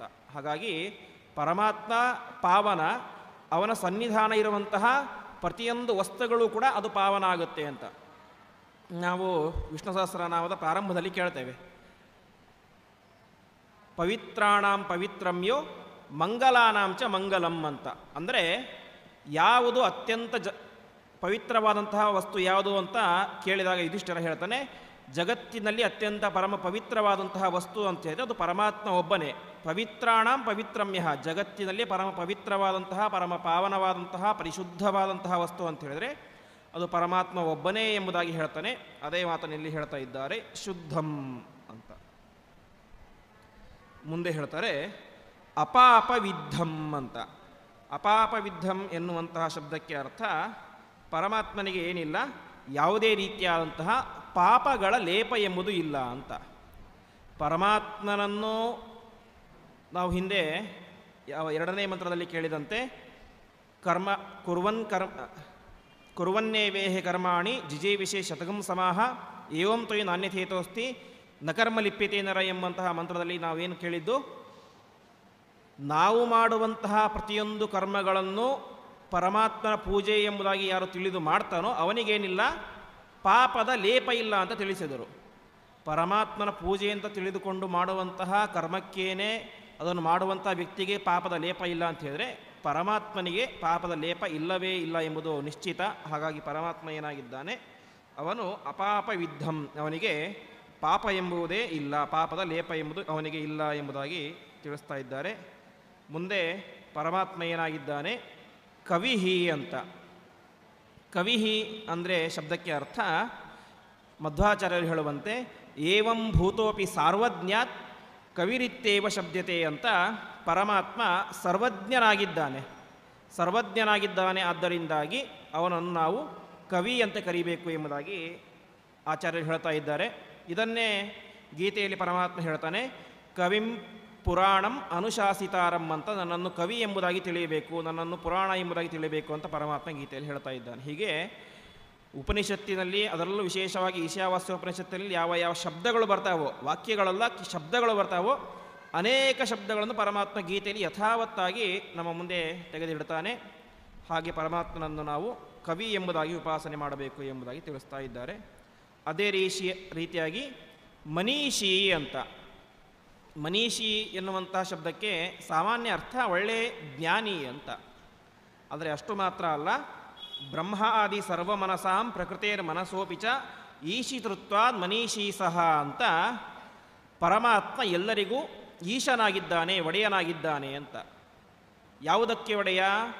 ಬ್ರಹ್ಮಾದಿ ಸರ್ವಮನಸಾಂ, ಬ್ರಹ್ಮರುದ್ರಾದಿ ಸಕಲ ದೇವಾನುದೇವತೆಗಳಿಗೂ ಕೂಡ ಪರಮಾತ್ಮ ಏನಾಗಿದ್ದಾನೆ? ನಿಯಾಮಕನಾಗಿದ್ದಾನೆ. ಅದೇ ರೀತಿಯಾಗಿ ಪ್ರಕೃತಿ ಅಂತ ಹೇಳಿದರೆ ಮಹಾಲಕ್ಷ್ಮೀ ದೇವಿ, ಅವಳ ಮನಸ್ಸಿಗೂ ನಿಯಾಮಕನಾಗಿದ್ದಾನೆ. ಅದೇ ರೀತಿಯಾಗಿ ಸಕಲ ಜೀವರುಗಳ ಮನಸ್ಸಿಗೆ ಪರಮಾತ್ಮ ನಿಯಾಮಕನಾಗಿದ್ದಾನೆ. ಹಾಗಾಗಿ ಪರಮಾತ್ಮ ಮನೀಷಿ. ಮನೀಷಿ ಶಬ್ದಕ್ಕೆ ಅರ್ಥವೇ ಇಷ್ಟು, ಮನಸಃ ಈಶ. ಮನಸ್ಸಿಗೆ ಯಾರು ಈಶನೋ, ಒಡೆಯನೋ ಅವನು ಮನೀಷಿ ಅಂತ. ಮನಸ್ಸಿಗೆ ಯಾರು ಒಡೆಯ? ಪ್ರತಿಯೊಬ್ಬರ ಮನಸ್ಸಿಗೂ ಪರಮಾತ್ಮನೇ ಒಡೆಯ. ಹಾಗಾಗಿ ಅವನನ್ನು ಮನೀಷಿ ಎಂಬುದಾಗಿ ಕರೆಯಬೇಕು ಅಂತ ಹೇಳ್ತಾ ಇದ್ದಾರೆ. ಅದೇ ರೀತಿಯಾಗಿ ಮುಂದೆ ಹೇಳುವಂತಹ ಶಬ್ದ ಪರಿಭೂಹು ಅಂತ. ಪರಿಭೂಹು ಶಬ್ದಕ್ಕೆ ಅರ್ಥ ಪರಿಭೂ ಸರ್ವತೋ ವರಹ ಅಂತ. ಪರಮಾತ್ಮ ಎಲ್ಲರಿಗಿಂತಲೂ ಶ್ರೇಷ್ಠನಾಗಿದ್ದಾನೆ. ಹಾಗಾಗಿ ಅವನನ್ನು ನಾವು ಪರಿಭೂ ಎಂಬುದಾಗಿ ಉಪಾಸನೆ ಮಾಡಬೇಕು ಅಂತ ಉಪನಿಷತ್ತು ಹೇಳ್ತಾ ಇದೆ. ಇದೇ ಮಾತನ್ನು ಗೀತೆಯಲ್ಲಿ ಪರಮಾತ್ಮ ಮತ್ತಃ ಪರತರಂ ನಾಣ್ಯತೆ ಕಿಂಚಿದಸ್ತಿ ಧನಂಜಯ ಅಂತ, ನನಗಿಂತ ಶ್ರೇಷ್ಠವಾದಂತಹ ವಸ್ತು ಇನ್ನೊಂದು ಜಗತ್ತಿನಲ್ಲಿಯೇ ಇಲ್ಲ ಅಂತ ಹೇಳ್ತಾ ಇದ್ದಾನೆ. ಹಾಗಾಗಿ ಪರಮಾತ್ಮ ಏನಾಗಿದ್ದಾನೆ? ಅವನು ಸರ್ವೋತ್ತಮನಾಗಿದ್ದಾನೆ ಎಂಬುದಾಗಿ ಉಪಾಸನೆ ಮಾಡಬೇಕು. ಈ ರೀತಿಯಾಗಿ ಶುಕ್ರ ಅಕಾಯ ಔವ್ರಣ ಅಸ್ನಾವಿರ ಶುದ್ಧ ಅಪಾಪವಿದ್ಧ ಕವಿ ಮನೀಷಿ ಪರಿಭೂ ಸ್ವಯಂಭೂ ಅಂತ ಹೇಳಿದ್ರೆ ಸದಾ ನನ್ಯಾಶ್ರಯತ್ವಾಚ್ಚ ಸ್ವಯಂಭೂ ಪರಿಕೀರ್ತಿತ ಎಂಬುದಾಗಿ ಅವನಿಗೆ ಇನ್ನೊಬ್ಬರ ಆಸರೆ ಅವಶ್ಯಕತೆ ಸಹಾಯ ಯಾವುದೂ ಕೂಡ ಬೇಕಾಗಿಲ್ಲ ಅಂತೆ. ಯಾರ ಸಹಾಯವೂ ಇಲ್ಲದೆ ಇಡೀ ಜಗತ್ತನ್ನೇ ನಿಯಮನ ಮಾಡುವಂಥವನು ಪರಮಾತ್ಮ ಅಂತ ಈ ಒಂದು ಸ್ವಯಂಭೂ ಶಬ್ದಕ್ಕೆ ಅರ್ಥ. ಆದರೆ ಪುರಾಣಗಳನ್ನು ನೋಡಿದರೆ ನಮಗೆ ಈ ರೀತಿ ಕಾಣಿಸೋದಿಲ್ಲ. ಪರಮಾತ್ಮ ಅನೇಕ ದೇವಾನುದೇವತೆಗಳ ಸಹಾಯದಿಂದಾಗಿ ಅವರ ಮೂಲಕ ಈ ಜಗತ್ತನ್ನು ಸೃಷ್ಟಿ ಮಾಡಿದ ಅಂತ ಕಾಣಿಸುತ್ತೆ. ಇಲ್ಲಿ ನೋಡಿದರೆ ಅವನಿಗೆ ಯಾರ ಸಹಾಯವೂ ಕೂಡ ಬೇಕಾಗಿಲ್ಲ ಅಂತ ಹೇಳ್ತಾ ಇದ್ದಾರೆ. ಆದರೆ ಅನೇಕ ಪುರಾಣಗಳನ್ನು ನೋಡಿದಾಗ ಪರಮಾತ್ಮ ಬ್ರಹ್ಮದೇವರ ಸಹಾಯದಿಂದಾಗಿ ಈ ಜಗತ್ತನ್ನು ಸೃಷ್ಟಿ ಮಾಡಿದ ಎಂಬುದಾಗೆಲ್ಲ ಬರುತ್ತೆ. ಹಾಗಾದರೆ ಇದಕ್ಕೆ ಅರ್ಥ ಏನು ಅಂತ, ಒಂದು ಕಡೆ ಸಹಾಯ ತೆಗೆದುಕೊಂಡಿಲ್ಲ ಅಂತ ಬರುತ್ತೆ, ಇನ್ನೊಂದು ಕಡೆ ಸಹಾಯ ತೆಗೆದುಕೊಂಡಿದ್ದಾನೆ ಅಂತ ಬರುತ್ತೆ. ಇದರ ಆಂತರ್ಯ ಏನು ಅಂತ ನೋಡಿದಾಗ ಒಬ್ಬ ವಯಸ್ಸಾದಂತಹ ವ್ಯಕ್ತಿ ಇರ್ತಾನೆ. ವಯಸ್ಸಾದಂತಹ ವ್ಯಕ್ತಿಗೆ ಏನು ಬೇಕು? ನಡಿಲಿಕ್ಕೆ ಆಗೋದಿಲ್ಲ ಅಂತ ಅವನೇನು ಮಾಡ್ತಾನೆ, ಕೈಯಲ್ಲಿ ಸ್ಟಿಕ್ ಹಿಡ್ಕೊಂಡು ನಡಿತಾನೆ. ಸ್ಟಿಕ್ ಹಿಡ್ಕೊಂಡು ನಡೆದಾಗ ಏನಾಯಿತು? ಆ ವ್ಯಕ್ತಿಗೆ ಆ ಕೋಲು ಸ್ಟಿಕ್ ಏನಾಯಿತು? ಸಹಾಯ ಆಯಿತು. ಕೋಲು ಇಲ್ಲದೆ ಹೋದರೆ ನಡಿಲಿಕ್ಕೆ ಆಗೋದಿಲ್ಲ, ಯಾಕೆಂದರೆ ಅಷ್ಟು ಸಾಮರ್ಥ್ಯ ಇಲ್ಲ ಅಂತ. ಅದೇ ಒಬ್ಬ ಒಳ್ಳೆ 20-25 ವಯಸ್ಸಿನ ಯುವಕ ಕೈಯಲ್ಲಿ ಸ್ಟೈಲಾಗಿ ಕೋಲು ಹಿಡ್ಕೊಂಡು ಓಡಾಡ್ತಾ ಇರ್ತಾನೆ. ಕೋಲನ್ನು ಹಾಗೆ ಹೀಗೆ ತಿರ್ಸ್ಕೊಂಡು ಓಡಾಡ್ತಾ ಇರ್ತಾನೆ. ಅದು ಅಲ್ಲೇನರ್ಥ? ಅವನಿಗೆ ಅದರ ಅವಶ್ಯಕತೆ ಇಲ್ಲ. ಹಾಗಿದ್ದರೂ ಯಾಕೆ ಅವನು ಕೈಯಲ್ಲಿ ಕೋಲು ಹಿಡ್ಕೊಂಡು ಓಡಾಡ್ತಾ ಇದ್ದಾನೆ ಅಂತ ಹೇಳಿದ್ರೆ ಅದು ಅವನ ವೈಭವ. ನನಗೆ ಭಾರಿ ಸಾಮರ್ಥ್ಯ ಇದೆ, ನನಗೆ ಭಾರಿ ದುಡ್ಡಿದೆ ಅಂತ ತೋರಿಸ್ಕೊಳ್ಳಿಕ್ಕೋಸ್ಕರ ಅವನೇನು ಮಾಡ್ತಾ ಇದ್ದಾನೆ? ಆ ರೀತಿಯಾಗಿ ವೈಭವದಿಂದಾಗಿ ಓಡಾಡ್ತಾ ಇದ್ದಾನೆ. ಅದೇ ರೀತಿಯಾಗಿ ಪರಮಾತ್ಮನೂ ಕೂಡ 25 ವಯಸ್ಸಿನ ಹರೆಯದ ಯುವಕರು ಯಾವ ರೀತಿ ಕೈಯಲ್ಲಿ ಕೋಲನ್ನು ಹಿಡಿದುಕೊಂಡು ಓಡಾಡ್ತಾರೋ ಆ ರೀತಿಯಾಗಿ ಪರಮಾತ್ಮ ಅವನು ಸರ್ವಸಮರ್ಥ, ಯಾರ ಸಹಾಯದ ಅವಶ್ಯಕತೆಯೂ ಇಲ್ಲ. ಆಗಿದ್ದರೂ ಕೂಡ ತಾನೇನು ಮಾಡ್ತಾ ಇದ್ದಾನೆ? ಎಲ್ಲರನ್ನೂ ಕೂಡ ಉಪಯೋಗಿಸಿಕೊಂಡು ತಾನು ಜಗತ್ತಿನ ಸೃಷ್ಟಿಯಾದಿ ಕರ್ತವ್ಯಗಳನ್ನು ಮಾಡ್ತಾ ಇದ್ದಾನೆ. ಇದು ಪರಮಾತ್ಮನ ವೈಭವ ಅಂತ. ಇನ್ನೊಂದು ಅರ್ಥ, ಅವರಿಗೂ ಕೂಡ ಕೀರ್ತಿ ಬರಲಿ ಎನ್ನುವಂತಹ ಉದ್ದೇಶದಿಂದಾಗಿ. ಇವತ್ತು ನಾವು ಜಗತ್ತಿನಲ್ಲಿ ಏನಂತ ಹೇಳ್ತೇವೆ? ಜಗತ್ತಿನ ಸೃಷ್ಟಿಕರ್ತ ಯಾರು ಅಂತ ಕೇಳಿದರೆ ಎಲ್ಲರೂ ಸಾಮಾನ್ಯವಾಗಿ ಹೇಳೋದು ಯಾರು? ಬ್ರಹ್ಮದೇವರು ಜಗತ್ತಿನ ಸೃಷ್ಟಿಕರ್ತ ಅಂತ ಪ್ರತಿಯೊಬ್ಬರು ಹೇಳ್ತಾರೆ. ಹಾಗಾಗಿ ಬ್ರಹ್ಮಾದಿ ದೇವತೆಗಳಿಗೆ ಸೃಷ್ಟಿಕರ್ತೃತ್ವದ ಕೀರ್ತಿ ಬರಲಿ ಎಂಬಂಥ ಒಂದು ಉದ್ದೇಶ. ಇನ್ನೊಂದು ಉದ್ದೇಶ, ತನ್ನ ವೈಭವವನ್ನು ತೋರಿಸಲಿಕ್ಕೋಸ್ಕರ ತಾನೇ ಮಾಡ್ತಾ ಇದ್ದಾನೆ, ಆ ರೀತಿಯಾಗಿ ಸೃಷ್ಟಿಯನ್ನು ಮಾಡ್ತಾ ಇದ್ದಾನೆ ಎಂಬುದಾಗಿ ಪ್ರಧಾನ ಆಂತರ್ಯ. ಆದರೆ ಅವನಿಗೆ ವಾಸ್ತವಿಕವಾಗಿ ಯಾವ ಸಹಾಯಕರ ಅವಶ್ಯಕತೆಯೇ ಇಲ್ಲ. ಸ್ವಯಂ ತಾನಾಗಿಯೇನೆ ಇಚ್ಛಾ ಮಾತ್ರ ಪ್ರಭೋ ಸೃಷ್ಟಿ ಅಂತ ತಾನು ಇಚ್ಛೆ ಪಟ್ಟರೆ ಸಾಕು ಇಡೀ ಜಗತ್ತನ್ನು ಸೃಷ್ಟಿ ಮಾಡುವಂತಹ ದಿವ್ಯ ಸಾಮರ್ಥ್ಯ ಅದು ಪರಮಾತ್ಮನಿಗೆ ಇದೆ. ಹಾಗಾಗಿ ನಾವು ಪರಮಾತ್ಮನನ್ನು ಸ್ವಯಂಭೂ ಎಂಬುದಾಗಿ ಉಪಾಸನೆ ಮಾಡಬೇಕು ಅಂತ ತಿಳಿಸ್ತಾ ಇದ್ದಾರೆ. ಈ ರೀತಿಯಾಗಿ ಪರಮಾತ್ಮನನ್ನು ಯಾರು ಉಪಾಸನೆ ಮಾಡ್ತಾರೋ ಅಂತಹ ಪರಮಾತ್ಮ ವಿಶೇಷವಾಗಿ ಯಾತಾತತ್ಯತೋರ್ಥಾನ್ ವಿದದಾತ್ ಶಾಶ್ವತೀಭ್ಯ ಸಮಾಭ್ಯ ಅಂತ ಅವನು ಅನೇಕ ವರ್ಷಗಳಿಂದಾಗಿ, ಶತಮಾನಗಳಿಂದಾಗಿ, ಯುಗಗಳಿಂದಾಗಿ, ಮನ್ವಂತರಗಳಿಂದಾಗಿ ನಿರಂತರವಾಗಿ ನಮಗೆ ಏನು ಬೇಕೋ ಎಲ್ಲವನ್ನು ಕೂಡ ನಿರಂತರವಾಗಿ ಸೃಷ್ಟಿ ಮಾಡಿ ಕೊಡ್ತಾ ನಮ್ಮನ್ನು ನಿರಂತರವಾಗಿ ಕಾಪಾಡ್ತಾ ಇದ್ದಾನೆ ಎಂಬುದಾಗಿ ತಿಳಿಸ್ತಾ ಇದ್ದಾರೆ. ಇಲ್ಲಿ ಒಂದು ಮಾತು ಹೇಳ್ತಾರೆ, ಶಾಶ್ವತೀಭ್ಯ ಸಮಾಭ್ಯ ಅಂತ. ಶಾಶ್ವತ ಅಂತ ಹೇಳಿದ್ರೆ ಯಾವಾಗಲೂ ಒಂದೇ ರೀತಿಯಾಗಿರುವುದು ಅಂತ. ಅಂದರೆ ಸಮುದ್ರ ತೀರಕ್ಕೆ ಹೋದರೆ ಅಲೆಗಳು ಬರ್ತಾ ಇರ್ತವೆ. ನಾವೇನಾದರೂ ಅಲ್ಲಿ ಹೋಗಿ ಸಮುದ್ರದ ಅಲೆ ನಿಂತ ಮೇಲೆ ಸ್ನಾನ ಮಾಡ್ತೀವಿ ಅಂತ ಹೇಳಿದ್ರೆ ಸ್ನಾನ ಮಾಡಲಿಕ್ಕೆ ಆಗೋದಿಲ್ಲ. ಯಾಕೆ? ಅಲೆಗಳು ಅದು ಕಂಟಿನ್ಯೂಸ್ ಆಗಿ ಶಾಶ್ವತವಾಗಿ ಬರ್ತಾನೇ ಇರ್ತವೆ. ಹಾಗೆ ಹೇಗೆ ಸಮುದ್ರದ ಅಲೆಗಳು ಶಾಶ್ವತವಾಗಿ ಬರ್ತಾನೇ ಇರ್ತಾವೋ, ಗಂಗಾ ನದಿ ಎಂಬುದು ಹೇಗೆ ಶಾಶ್ವತವಾಗಿ ಹರಿತಾನೇ ಇರುತ್ತೋ, ಅದೇ ರೀತಿಯಾಗಿ ಪರಮಾತ್ಮನು ಕೂಡ ಶಾಶ್ವತವಾಗಿ ಇಡೀ ಜಗತ್ತಿಗೆ ಏನೇನು ಬೇಕೋ ಎಲ್ಲ ಬೇಕುಗಳನ್ನು ಕೂಡ ಪರಮಾತ್ಮ ಸೃಷ್ಟಿ ಮಾಡಿ ಅದನ್ನು ಕಾಪಾಡ್ತಾ ಇದ್ದಾನೆ ಎಂಬುದಾಗಿ ವರಾಹ ಪುರಾಣದಲ್ಲಿ ಈ ಒಂದು ಮಾತನ್ನು ವೇದವ್ಯಾಸ ದೇವರು ಹೇಳ್ತಾರೆ. ಆ ಮಾತನ್ನು ಮಧ್ವಾಚಾರ್ಯರು ತಮ್ಮ ಭಾಷ್ಯದಲ್ಲಿ ಉದಾಹರಣೆಯನ್ನಾಗಿ ಕೊಡ್ತಾರೆ. ಹಾಗಾಗಿ ನಮಗೆ ಬಂದಂತಹ ಪ್ರಶ್ನೆ ಏನು? ಪರಮಾತ್ಮನನ್ನು ತಿಳಿದರೆ ನಮ್ಮ ಶೋಕ ಯಾಕೆ ಹೋಗುತ್ತೆ ಅಂತ.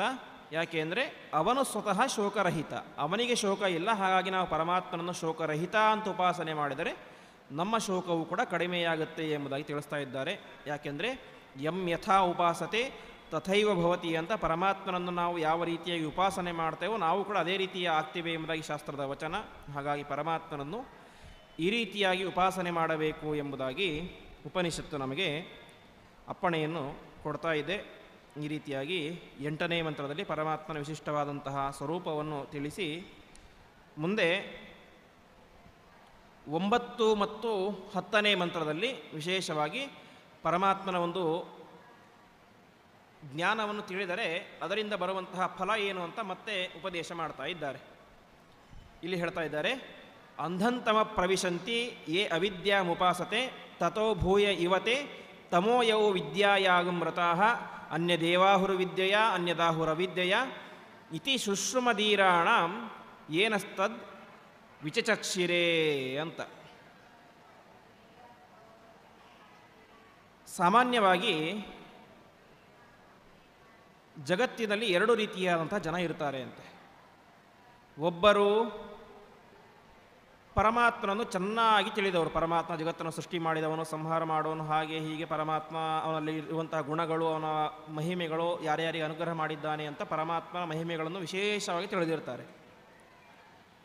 ಇನ್ನು ಕೆಲವರು ಇರ್ತಾರೆ, ಪರಮಾತ್ಮನಲ್ಲಿ ಗುಣಗಳೇ ಇಲ್ಲ, ಪರಮಾತ್ಮ ಅವನು ಪರಮ ದುಷ್ಟ, ಅವನ ಸ್ವರೂಪವೇ ಇಲ್ಲ, ಅವನಲ್ಲಿ ಗುಣಗಳೇ ಇಲ್ಲ, ಅವನು ಜಗತ್ತನ್ನು ಸೃಷ್ಟಿಯೇ ಮಾಡಿಲ್ಲ ಎಂಬುದಾಗಿ ಪರಮಾತ್ಮನ ಬಗ್ಗೆ ಅಜ್ಞಾನವನ್ನು ಹೊಂದಿರುವವರು ಇರ್ತಾರೆ. ಇದರಲ್ಲಿ ಸಾಮಾನ್ಯವಾಗಿ ಯಾರು ಮಹಾ ಕೆಟ್ಟ ಲೋಕಕ್ಕೆ ಹೋಗ್ತಾರೆ, ತಮಸ್ಸಿಗೆ ಹೋಗ್ತಾರೆ ಅಂತ ಕೇಳಿದರೆ, ಪುಟ್ಟ ಮಗುನೂ ಹೇಳುತ್ತೆ, ಯಾರು ಪರಮಾತ್ಮನನ್ನು ಚೆನ್ನಾಗಿ ತಿಳಿದುಕೊಂಡಿಲ್ಲವೋ ಅವನೇ ಮಾಡ್ತಾನೆ, ಕೆಟ್ಟ ಲೋಕಕ್ಕೆ ಹೋಗ್ತಾನೆ ಅಂತ. ಇದು ಸಾಮಾನ್ಯವಾಗಿ ಪ್ರತಿಯೊಬ್ಬರ ಆಂತರ್ಯ. ಆದರೆ ಉಪನಿಷತ್ತು ಹೇಳ್ತಾ ಇದೆ, ಯಾರು ಪರಮಾತ್ಮನನ್ನು ಸರಿಯಾಗಿ ತಿಳಿದುಕೊಂಡಿಲ್ಲವೋ ಅವನು ಕೆಟ್ಟ ಲೋಕಕ್ಕೆ ಹೋಗೇ ಹೋಗ್ತಾನೆ. ಆದರೆ ಅವನಿಗಿಂತ ಕೆಟ್ಟ ಲೋಕಕ್ಕೆ ಯಾರು ಹೋಗ್ತಾನೆ ಅಂತ ಹೇಳಿದರೆ, ಯಾರು ಪರಮಾತ್ಮನನ್ನು ತಿಳಿದುಕೊಂಡಿದ್ದಾನೋ ಅವನು ಹೋಗ್ತಾನೆ ಅಂತ ಹೇಳ್ತಾ ಇದೆ. ಇದೇನು ವಿಚಿತ್ರ ಅಂತ. ಪರಮಾತ್ಮನನ್ನು ತಿಳಿದುಕೊಂಡ್ರೆ ನಮಗೆ ಉತ್ತಮ ಲೋಕ ಆಗಬೇಕು. ಆದರೆ ಉಪನಿಷತ್ತು ಹೇಳ್ತಾ ಇದೆ, ಪರಮಾತ್ಮನನ್ನು ನಾವು ಸರಿಯಾಗಿ ತಿಳಿದುಕೊಂಡರೆ ಕೆಟ್ಟ ಲೋಕ ಆಗುತ್ತೆ ಅಂತ. ಹಾಗಾದರೆ ಇದರ ಆಂತರ್ಯ ಏನು ಅಂತ ಹೇಳಿದರೆ, ಜಗತ್ತಿನಲ್ಲಿ 2 ಇದೆ, ಒಂದು ಸರಿ, ಇನ್ನೊಂದು ತಪ್ಪು ಅಂತ. ನಾವು ಸರಿಯನ್ನು ಸರಿ ಅಂತ ತಿಳಿಯೋದು ಎಷ್ಟು ಮುಖ್ಯವೋ ಅದೇ ರೀತಿಯಾಗಿ ತಪ್ಪನ್ನು ತಪ್ಪು ಅಂತ ತಿಳಿಯೋದು ಕೂಡ ಅಷ್ಟೇ ಮುಖ್ಯ ಎಂಬುದಾಗಿ ಉಪನಿಷತ್ತಿನ ತಾತ್ಪರ್ಯ. ಅಂದರೆ ಪರಮಾತ್ಮನನ್ನು ನಾವು ಸಕಲ ಗುಣ ಪರಿಪೂರ್ಣ, ಸರ್ವಶಕ್ತ, ಸರ್ವತಂತ್ರ, ಸ್ವತಂತ್ರ, ಸರ್ವಜ್ಞ, ಸಕಲ ಗುಣ ಪರಿಪೂರ್ಣ ಅಂತೆಲ್ಲ ಉಪಾಸನೆ ಮಾಡ್ತೇವೆ. ಆದರೆ ಅದೇ ರೀತಿಯಾಗಿ ಪರಮಾತ್ಮನನ್ನು ಅವನಲ್ಲಿ ದೋಷಗಳಿವೆ, ಅವನಲ್ಲಿ ಶಕ್ತಿ ಇಲ್ಲ, ಸಾಮರ್ಥ್ಯ ಇಲ್ಲ, ಜ್ಞಾನ ಇಲ್ಲ, ಬಲ ಇಲ್ಲ ಅಂತ ಉಪಾಸನೆ ಮಾಡುವಂಥ ದೊಡ್ಡ ಪಂಗಡವೇ ಇದೆ. ಹಾಗಾದರೆ ಅವರು ಯಾಕೆ ಆ ರೀತಿಯಾಗಿ ಉಪಾಸನೆ ಮಾಡ್ತಾ ಇದ್ದಾರೆ? ನಾನು ತಿಳಿದಿರುವುದು ಮಾತ್ರ ಸತ್ಯವ, ಅವರು ತಿಳಿದಿರುವುದು ಸತ್ಯ ಅಲ್ವಾ ಅಂತ ನಾವು ಪರಮಾತ್ಮನನ್ನು ಗುಣಪೂರ್ಣ ಎಂಬುದಾಗಿ ಹೇಗೆ ಉಪಾಸನೆ ಮಾಡ್ತೇವೋ ಅದೇ ರೀತಿಯಾಗಿ ಬೇರೆಯವರು ಉಪಾಸನೆ ಮಾಡೋದು ಇದಕ್ಕೋಸ್ಕರ ತಪ್ಪು ಎಂಬುದಾಗಿ ಅದನ್ನು ಕೂಡ ಉಪಾಸನೆ ಮಾಡಬೇಕು ಅಂತೆ. ಅರ್ಥಾತ್ ನಮ್ಮ ಸಿದ್ಧಾಂತ ಶ್ರೇಷ್ಠ ಅಂತ ಹೇಳಬೇಕಾದ್ರೆ ನಾವು ಇನ್ನೊಬ್ಬರ ಸಿದ್ಧಾಂತನ ಏನಂತ ಹೇಳಬೇಕು? ತಪ್ಪು ಅಂತ ಹೇಳಬೇಕು. ಆ ರೀತಿಯಾಗಿ ತಪ್ಪು ಅಂತ ಹೇಳಬೇಕಾದ್ರೆ ಮೊದಲು ನಾವೇನು ಮಾಡಿರಬೇಕು? ಅವರ ಶಾಸ್ತ್ರ ಏನನ್ನು ಹೇಳ್ತಾ ಇದೆ ಅಂತ ತಿಳಿದಿರಬೇಕು ಅಂತೆ. ಹೀಗೆ ಪ್ರಧಾನ ಅಂಶ ಇಷ್ಟೇ, ನಾವು ನಮ್ಮ ಶಾಸ್ತ್ರವನ್ನು ಪರಮಾತ್ಮ ಸರ್ವೋತ್ತಮ ಎಂಬುದಾಗಿ ಯಾವ ರೀತಿ ಉಪಾಸನೆ ಮಾಡ್ತೇವೋ ಅದೇ ರೀತಿಯಾಗಿ ಯಾರು ಸುಳ್ಳನ್ನು, ಅಸತ್ತನ್ನು ಉಪಾಸನೆ ಮಾಡ್ತಾ ಇದ್ದಾರೋ, ಪರಮಾತ್ಮ ದುಷ್ಟ, ಅವನಲ್ಲಿ ಗುಣಗಳಿಲ್ಲ, ಪರಮಾತ್ಮನ ದೋಷಗಳಿವೆ ಎಂಬುದಾಗಿ ಯಾರು ಉಪಾಸನೆ ಮಾಡ್ತಾರೋ ಅವರ ಖಂಡನೆಯನ್ನು ಕೂಡ ಅವಶ್ಯವಾಗಿ ಮಾಡಲೇಬೇಕು ಎಂಬುದಾಗಿ ತಿಳಿಸ್ತಾ ಇದ್ದಾರೆ. ಅರ್ಥಾತ್ ಪರಮಾತ್ಮನನ್ನು ಸರಿ, ಅವನು ಸರ್ವಜ್ಞ ಎಂಬುದಾಗಿ ಉಪಾಸನೆ ಮಾಡೋದು ಎಷ್ಟು ಸರಿಯೋ ಅದೇ ರೀತಿಯಾಗಿ ಪರಮಾತ್ಮನನ್ನು ಯಾರು ಸರಿಯಾಗಿ ಉಪಾಸನೆ ಮಾಡುವುದಿಲ್ಲವೋ, ತಪ್ಪಾಗಿ ಉಪಾಸನೆಯನ್ನು ಮಾಡ್ತಾರೋ ಅವರಿಗೆ ಬುದ್ಧಿಯನ್ನು ಹೇಳುವುದು, ಅವರನ್ನು ಖಂಡನೆಯನ್ನು ಮಾಡುವುದು ಕೂಡ ಅಷ್ಟೇ ಪ್ರಧಾನ ಅಂತ. ಇದಕ್ಕೆ ನಾವು ಒಂದು ಲೌಕಿಕ ಉದಾಹರಣೆಯನ್ನು ನೋಡೋದಾದರೆ, ಒಬ್ಬ ವ್ಯಕ್ತಿ ಮೊದಲ ಬಾರಿಗೆ ಉಡುಪಿಗೆ ಬಂದಿರ್ತಾನೆ. ಉಡುಪಿಯಿಂದ ಅವನು ನೆಕ್ಸ್ಟ್ ಎಲ್ಲಿಗೆ ಹೋಗಬೇಕು, ಎಲ್ಲೋ ಮಂಗಳೂರಿಗೆ ಹೋಗಬೇಕು ಅಂತ ಅಂದ್ಕೊಂಡಿರ್ತಾನೆ. ಆದರೆ ಅವನಿಗೆ ದಾರಿ ಗೊತ್ತಿರೋದಿಲ್ಲ, ಹಾಗಾಗಿ ನೇರವಾಗಿ ಹೈವೇಗೆ ಹೋಗ್ತಾನೆ. ಅಲ್ಲಿ 3 ಜನ ಕೂತ್ಕೊಂಡಿರ್ತಾರೆ. ಅದರಲ್ಲಿ ಮೊದಲನೇ ಅವನ ಹತ್ರ ಕೇಳ್ತಾನೆ ಅಂತೆ, ಮಂಗಳೂರಿಗೆ ಹೋಗಬೇಕಾದ್ರೆ ಹೇಗೆ ಹೋಗಬೇಕು ಅಂತ. ಅವನಿಗೆ ಗೊತ್ತಿರೋದಿಲ್ಲ, ನನಗೆ ಗೊತ್ತಿಲ್ಲ ಅಂತ ಹೇಳ್ಬಿಡ್ತಾನೆ. ಹೌದಾ, ಸರಿ. ಎರಡನೆಯವನ ಹತ್ರ ಕೇಳ್ತಾನೆ, ಅವನಿಗೆ ತಪ್ಪು ಗೊತ್ತಿರುತ್ತೆ. ಮೊದಲನೇವನಿಗೆ ಗೊತ್ತೇ ಇರೋದಿಲ್ಲ ಮಂಗಳೂರು ಹೇಗೆ ಹೋಗ್ಬೇಕಂತ. ಆದರೆ ಎರಡನೇವನಿಗೆ ಗೊತ್ತಿರುತ್ತೆ, ತಪ್ಪು ಗೊತ್ತಿರುತ್ತೆ.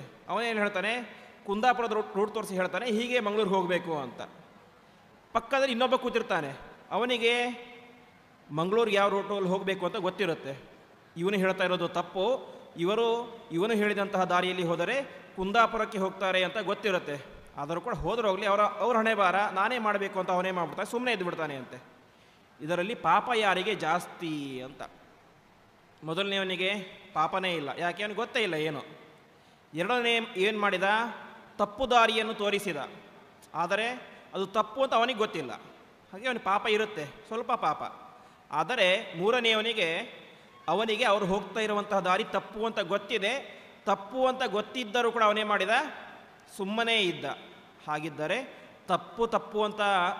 ತಪ್ಪು ಮಾಡುತ್ತಿರುವಂಥ ವ್ಯಕ್ತಿಗಳನ್ನು ನೀವು ತಪ್ಪು ದಾರಿಯಲ್ಲಿ ಹೋಗ್ತಾ ಇದ್ದೀರಿ ಅಂತ ಯಾರು ಎಚ್ಚರಗೊಳಿಸ್ತಿಲ್ಲವೋ, ಅಂದರೆ ಯಾರಿಗೆ ಸರಿಯಾಗಿ ಗೊತ್ತಿದೆಯೋ ಅವನಿಗೆ ಜಾಸ್ತಿ ಪಾಪ ಅಂತ. ಯಾಕೆಂದರೆ ಅವರು ಪಾಪ ಅಷ್ಟು ಕಷ್ಟಪಡಬೇಕು. ಇವ್ರು ಹೋಗ್ತಾ ಇರೋದು ಮಂಗಳೂರಿಗೆ, ದಾರಿ ತೋರಿಸಿರೋದು ಕುಂದಾಪುರಕ್ಕೆ ಅಷ್ಟು ದೂರ ಹೋಗಿ ಮತ್ತೆ ವಾಪಸ್ ಬಂದು ಮತ್ತೆ ಏನಾಗ್ತಾರೆ ಅವರು, ನಾವು ತಪ್ಪು ದಾರಿಯಲ್ಲಿ ಹೋದಿ ಅಂತ ಮತ್ತೆ ಪುನಃ ವಾಪಸ್ ಮಂಗಳೂರಿಗೆ ಹೋಗ್ತಾರೆ. ಅಷ್ಟು ಸಮಯ ವ್ಯರ್ಥ ಆಯಿತು. ಆದರೆ ಇದಾದರೂ ಒಂದು ಪಕ್ಷಕ್ಕೆ ಸರಿ, ಕುಂದಾಪುರಕ್ಕೆ ಹೋದರೂ ವಾಪಸ್ ಮಂಗಳೂರಿಗೆ ಬರ್ಬೋದು. ಆದರೆ ಪರಮಾತ್ಮನ ತತ್ವಜ್ಞಾನದ ಹಾದಿಯಲ್ಲಿ ನಾವು ತಪ್ಪು ಮಾರ್ಗದಲ್ಲಿ ನಡೆದು ಅಂಧಂತಮಸ್ಸಿಗೆ ಹೋದರೆ ಅಲ್ಲಿಂದ ಮತ್ತೆ ವಾಪಸ್ ಮೋಕ್ಷಕ್ಕೆ ಬರುವುದು ಅಂತ ಹಾದಿ ಇಲ್ಲ. ಹೀಗೆ ಮೋಕ್ಷಕ್ಕೆ ಹೋದರೆ ವಾಪಸ್ ನಾವು ಬರುವುದಿಲ್ಲವೋ ಅದೇ ರೀತಿಯಾಗಿ ಅಂಧಂತಮಸ್ಸಿಗೆ ಹೋದರೂ ಕೂಡ ನಾವು ವಾಪಸ್ ಬರಲಿಕ್ಕೆ ಸಾಧ್ಯ ಇಲ್ಲ. ಹಾಗಾಗಿ ಪರಮಾತ್ಮನನ್ನು ತಪ್ಪಾಗಿ ತಿಳಿದು ಯಾರು ಉಪಾಸನೆ ಮಾಡ್ತಾನೋ ಅವನು ಯಾವ ರೀತಿಯಾದಂಥ ಕೆಟ್ಟ ಲೋಕಗಳಿಗೆ ಹೋಗ್ತಾನೋ, ಅದಕ್ಕಿಂತ ಹೆಚ್ಚಾಗಿ ತಪ್ಪು ಮಾರ್ಗದಲ್ಲಿ ಹೋಗುತ್ತಿರುವಂತಹ ಜನರನ್ನು, ಸಮಾಜವನ್ನು ಯಾರು ಸರಿಯಾಗಿ ತಿದ್ದುವುದಿಲ್ಲವೋ ತಾನು ಮಾತ್ರ ಯಾರು ಉದ್ಧಾರ ಆಗ್ತಾನೋ ಅವನು ಕೂಡ ಏನಾಗ್ತಾನೆ, ಅದಕ್ಕಿಂತ ಕೆಟ್ಟ ಲೋಕಗಳನ್ನು ಪಡೀತಾನೆ ಎಂಬುದಾಗಿ ಹೇಳ್ತಾ ಇದ್ದಾರೆ. ಹಾಗಾಗಿ ಜ್ಞಾನಿಯಾದವನು ತಾನೂ ಸರಿಯಾಗಿ ತಿಳಿದಿರಬೇಕು, ಸಮಾಜವನ್ನು ಸರಿಯಾದಂತಹ ದಾರಿಗೆ ತರಬೇಕು. ತಾನು ಮಾತ್ರ ಉದ್ಧಾರ ಆಗಿ ಸಮಾಜ ಹೇಗಾದರೂ ಹಾಳಾಗಿ ಹೋಗಲಿ ಎಂಬುದಾಗಿ ತನ್ನ ಮುಂದೆನೇ ತಪ್ಪು ನಡೀತಾ ಇದ್ದರೂ ಕೂಡ ಅದನ್ನು ಹಾಗೇ ಬಿಟ್ಟರೆ ಅಂತಹ ವ್ಯಕ್ತಿ ತಮೋಯವು ವಿದ್ಯಾಯಾಗಮೃತಃ ಅಂತ, ಅಜ್ಞಾನಿ ಪಡೆಯೋದಕ್ಕಿಂತ ಜಾಸ್ತಿ ಪಾಪವನ್ನು, ಕೆಟ್ಟ ಲೋಕಗಳನ್ನು ಅವನು ಪಡಿತಾನೆ ಎಂಬುದಾಗಿ ತಿಳಿಸ್ತಾ ಇದ್ದಾರೆ. ಇದರಿಂದಾಗಿ ಜವಾಬ್ದಾರಿ ಯಾರಿಗೆ ಜಾಸ್ತಿ, ಜ್ಞಾನಿಯಾದವನಿಗೆ ಜಾಸ್ತಿ. ಹಾಗಾಗಿ ತನ್ನ ಮುಂದೆ ಏನೋ ಕೆಟ್ಟ ಉಪಾಸನೆ ನಡೀತಾ ಇದೆ ಅಂತ ಅದರ ಪಾಡಿಗೆ ಅದು ಹಾಳಾಗಿ ಹೋಗಲಿ ಅಂತ ಬಿಟ್ಟು ಬಿಡಬಾರ್ದು ಅಂತೆ. ತನ್ನ ಸಾಮರ್ಥ್ಯ ಎಷ್ಟಿದನೋ ಅಷ್ಟನ್ನು ಉಪಯೋಗಿಸಿಕೊಂಡು ಅದನ್ನು ಸರಿಯಾದಂಥ ದಾರಿಗೆ ತರಲಿಕ್ಕೆ ಆದಷ್ಟು ಪ್ರಯತ್ನವನ್ನಾದರೂ ಕೂಡ ಆ ವ್ಯಕ್ತಿ ಮಾಡಲೇಬೇಕು ಎಂಬುದಾಗಿ ಹೇಳ್ತಾ ಇದ್ದಾರೆ. ಹಾಗಾಗಿ ಜ್ಞಾನವನ್ನು ತಿಳಿದುಕೊಂಡ್ರೆ ಮಾತ್ರ ಸಾಕಾಗೋದಿಲ್ಲ, ಜ್ಞಾನದ ಬಗ್ಗೆ ನಿಷ್ಠೆ ಬೇಕು, ಜ್ಞಾನದ ಬಗ್ಗೆ ದಾರ್ಢ್ಯ ಬೇಕು, ಸಮಾಜದ ಮೇಲೆ ಕಳಕಳಿ ಇರಬೇಕು ಎಂಬುದಾಗಿ ಈ ಉಪನಿಷತ್ತು ತಿಳಿಸ್ತಾ ಇದೆ. ಹಾಗಾಗಿ ಈ ರೀತಿಯಾಗಿ ನಾವು ಮಾಡಬೇಕು ಅಂತ ತಿಳಿಸ್ತಾ ಇದ್ದಾರೆ. ಯಾಕೆ ಅಂತ ಹೇಳಿದರೆ, ಇತಿ ಶುಶ್ರುಮ ಧೀರಾಣ ಏನಸ್ತದ್ ವಿಚಚಕ್ಷಿರೆ ಅಂತ ಹಿಂದೆ ಆಗಿ ಹೋದಂತಹ ಅನೇಕ ಜ್ಞಾನಿಗಳು ನಮಗೆ ಇದನ್ನು ಈ ರೀತಿಯಾಗಿ ತಿಳಿಸಿಕೊಟ್ಟಿದ್ದಾರೆ. ಅಂದರೆ ನಾವು ಸರಿಯಾಗಿ ತಿಳಿಯಬೇಕು, ಇನ್ನೊಬ್ಬರಿಗೂ ಸರಿಯಾಗಿ ತಿಳಿಯಲಿಕ್ಕೆ ಜ್ಞಾನದ ಉಪದೇಶವನ್ನು ಮಾಡಬೇಕು ಅಂತ ಹಿಂದೆ ಆಗಿ ಹೋದಂತಹ ಧೀರರು ನಮಗೆ ಉಪದೇಶ ಮಾಡಿದ್ದಾರೆ ಎಂಬುದಾಗಿ ತಿಳಿಸ್ತಾ ಇದ್ದಾರೆ. ಇಲ್ಲಿ ಒಂದು ಪದಪ್ರಯೋಗ ಮಾಡಿದ್ದಾರೆ, ಇತಿ ಶುಶ್ರುಮ ಧೀರಾಣಂ ಅಂತ. ಧೀರರು ನಮಗೆ ಇದನ್ನು ತಿಳಿಸಿದ್ದಾರೆ ಅಂತ. ಹಾಗಾಗಿ ಧೀರರು ಅಂದರೆ ಯಾರು? ಸಾಮಾನ್ಯವಾಗಿ ಧೀರರು ಅಂತ ಹೇಳಿದ್ರೆ ಭಾರಿ ಪರಾಕ್ರಮಿಗಳು, ಶಕ್ತಿಶಾಲಿಗಳು, ಅವರು ಧೀರರು ಅಂತ ಸಾಮಾನ್ಯ ಅರ್ಥ. ಆದರೆ ಸಂಸ್ಕೃತದಲ್ಲಿ ನಿಜವಾಗಿ ಧೀರ ಅನ್ನುವಂಥ ಶಬ್ದಕ್ಕೆ ಅರ್ಥ ಏನು ಅಂತ ಹೇಳಿದ್ರೆ, ಧಿಯಾ ರಮಂತೆ ಇತಿ ಧೀರಾಹ ಅಂತ. ಧೀ ಅಂತ ಹೇಳಿದರೆ ನಮ್ಮ ಜ್ಞಾನದಿಂದಾಗಿಯೇ ಯಾರು ರಮಂತೆ ಅಂದರೆ ಸುಖವನ್ನು ಅನುಭವಿಸ್ತಾರೋ ಅವರು ನಿಜವಾದಂಥ ಧೀರರು ಅಂತೆ. ಅಂದರೆ ನಮಗೆ ಸುಖವನ್ನು ಅನುಭವಿಸಲಿಕ್ಕೆ ಇವತ್ತು ಯಾವುದೋ ಒಂದು ವಸ್ತು ಬೇಕು ಅಥವಾ ಏನೋ ಶಬ್ದ ಬೇಕು, ನಾವು ಹೊರಗಡೆಯ ಲೌಕಿಕ ಪದಾರ್ಥಗಳಿಂದಾಗಿ ನಾವು ಸುಖವನ್ನು ಅನುಭವಿಸ್ತೇವೆ. ಆದರೆ ನಿಜವಾದಂತಹ ಜ್ಞಾನಿಗಳು ಅವರಿಗೆ ಯಾವುದರಿಂದ ಆನಂದ ಅಂತಾರೆ, ಅವರಿಗಿರುವಂಥ ಧೀಯಿಂದಲೇ, ಜ್ಞಾನದಿಂದಲೇ ಅವರಿಗೆ ಆನಂದ. ಹಾಗಾಗಿ ಧೀರರು ಅಂತ ಹೇಳಿದರೆ ಶ್ರೇಷ್ಠವಾದಂತಹ ಜ್ಞಾನಿಗಳು ನಮಗೆ ಇದನ್ನು ತಿಳಿಸಿಕೊಟ್ಟಿದ್ದಾರೆ ಎಂಬುದಾಗಿ ಉಪನಿಷತ್ತು ಹೇಳ್ತಾ ಇದೆ. ಇದನ್ನೇ ಗೀತೆಯಲ್ಲಿ ಪರಮಾತ್ಮ ಹೇಳ್ತಾ ಇದ್ದಾನೆ, ಅಧರ್ಮಂ ಧರ್ಮಮಿತಿಯ ಮನ್ಯತೆ ತಮಸಾವೃತ ಸರ್ವಾರ್ಥಾನ್ ವಿಪರೀತಾಂಶ್ಚ ಬುದ್ಧಿಸ್ಸ ಪಾರ್ಥತಾಮಸಿ ಅಂತ. ಎದುರುಗಡೆ ಅಧರ್ಮ ನಡೀತಾ ಇದ್ದರೂ ಕೂಡ ಅದನ್ನು ಯಾರು ಧರ್ಮ ಅಂತಲೇ ತಿಳಿತಾನೋ, ಅರ್ಥಾತ್ ಇದು ಅವನ ಕರ್ಮ, ಅವನ ಹಣೆಬರಹ ಅಂತ ಹಾಗೆ ಬಿಡಬಾರ್ದು.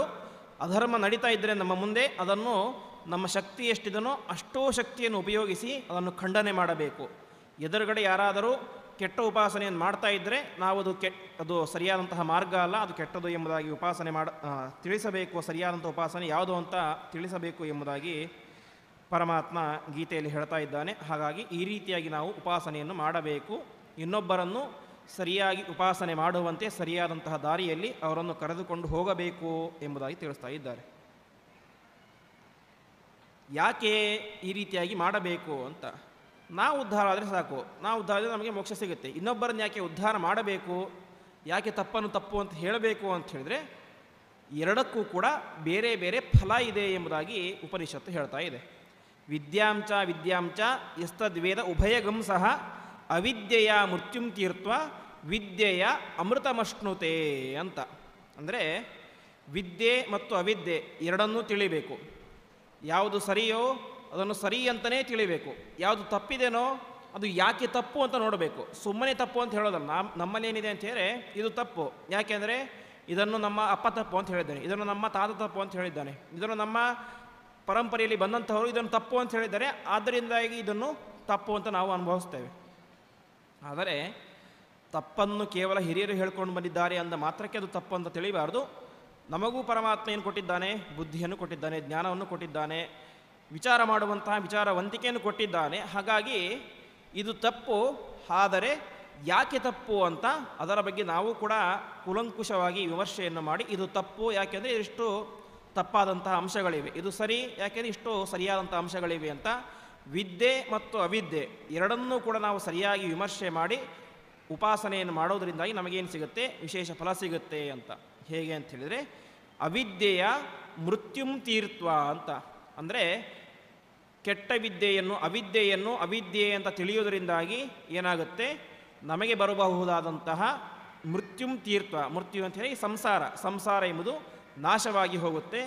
ಅದೇ ರೀತಿಯಾಗಿ ವಿದ್ಯೆಯ ಅಮೃತಮಶ್ನುತೆ ಅಂತ ನಾವು ತಿಳಿದುಕೊಂಡಿರುವಂತಹ ಒಳ್ಳೆಯ ಜ್ಞಾನದಿಂದಾಗಿ ವಿದ್ಯೆಯಿಂದಾಗಿ ಅಮೃತವನ್ನು ಮೋಕ್ಷವನ್ನು ಪಡಿತೇವೆ ಎಂಬುದಾಗಿ ಉಪನಿಷತ್ತು ಹೇಳ್ತಾ ಇದೆ. ಇದನ್ನೇ ಆಚಾರ್ಯರು ಅಣುಭಾಷ್ಯದಲ್ಲಿ ಜ್ಞಾನೇನೇವ ಪರಂಪದಂ ಯಾತಿ ತಸ್ಮಾತ್ ವಿರಕ್ತಸ್ಸನ್ ಜ್ಞಾನಮೇವ ಸಮಾಶ್ರಯೇತಿ ಎಂಬುದಾಗಿ ಜ್ಞಾನದಿಂದಲೇ ಮೋಕ್ಷ ಅಂತ ತಿಳಿಸಿದ್ದಾರೆ. ಅದನ್ನೇ ಉಪನಿಷತ್ತು ಹೇಳ್ತಾ ಇರೋದು. ವಿದ್ಯೆಯ ಅಮೃತಮಶ್ನುತೆ ಅಂತ ವಿದ್ಯೆಯಿಂದಲೇ ಜ್ಞಾನದಿಂದಲೇ ಮೋಕ್ಷ ಎಂಬುದಾಗಿ ತಿಳಿಸ್ತಾ ಇದ್ದಾರೆ.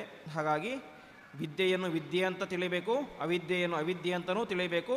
ಅದೇ ರೀತಿಯಾಗಿ ನಮ್ಮ ಮುಂದೆ ಆಗ್ತಾ ಇರುವಂತಹ ಯಾರಾದರೂ ತಪ್ಪು ಹಾದಿಯಲ್ಲಿ ನಡೀತಾ ಇದ್ದರೆ ಅವರಿಗೆ ಉಪದೇಶವನ್ನು ಕೂಡ ಮಾಡಿ ನೀವು ಸರಿಯಾದಂತಹ ಮಾರ್ಗದಲ್ಲಿ ಹೋಗಬೇಕು ಎಂಬುದಾಗಿ ಅವರಿಗೆ ನಾವು ತಿಳಿಸಬೇಕು ಎಂಬುದಾಗಿ ಉಪನಿಷತ್ತು ನಮಗೆ ಮಾರ್ಗದರ್ಶನವನ್ನು ಮಾಡ್ತಾ ಇದೆ. ಇದೇ ಮಾತನ್ನು ಗೀತೆಯಲ್ಲಿ ಪರಮಾತ್ಮ ಹೇಳ್ತಾನೆ. ಅಬ್ರಹ್ಮ ಭುವನಾಲೋಕಃ ಪುನರಾವರ್ತಿನೋರ್ಜುನ ಮಾಮುಪೇತ್ಯತು ಕೌಂತೆಯ ಪುನರ್ಜನ್ಮನ ವಿದ್ಯತೆ ಅಂತ ಪರಮಾತ್ಮನನ್ನು ಚೆನ್ನಾಗಿ ನಾವು ವಿದ್ಯೆಯ ಮೂಲಕ ಜ್ಞಾನದ ಮೂಲಕ ತಿಳಿದಾಗ ಏನಿಲ್ಲ, ಪುನರ್ಜನ್ಮ ನವಿದ್ಯತೆ ಅರ್ಥಾತ್ ಮೋಕ್ಷವನ್ನು ಪಡೀತಾನೆ ಎಂಬುದಾಗಿ ತಿಳಿಸ್ತಾ ಇದ್ದಾರೆ. ಗೀತೆಯಲ್ಲಿ ವಿದ್ಯೆಯ ಅಮೃತಮಶ್ನುತೆ ಅಂತ ಉಪನಿಷತ್ತು ಹೇಳಿತು.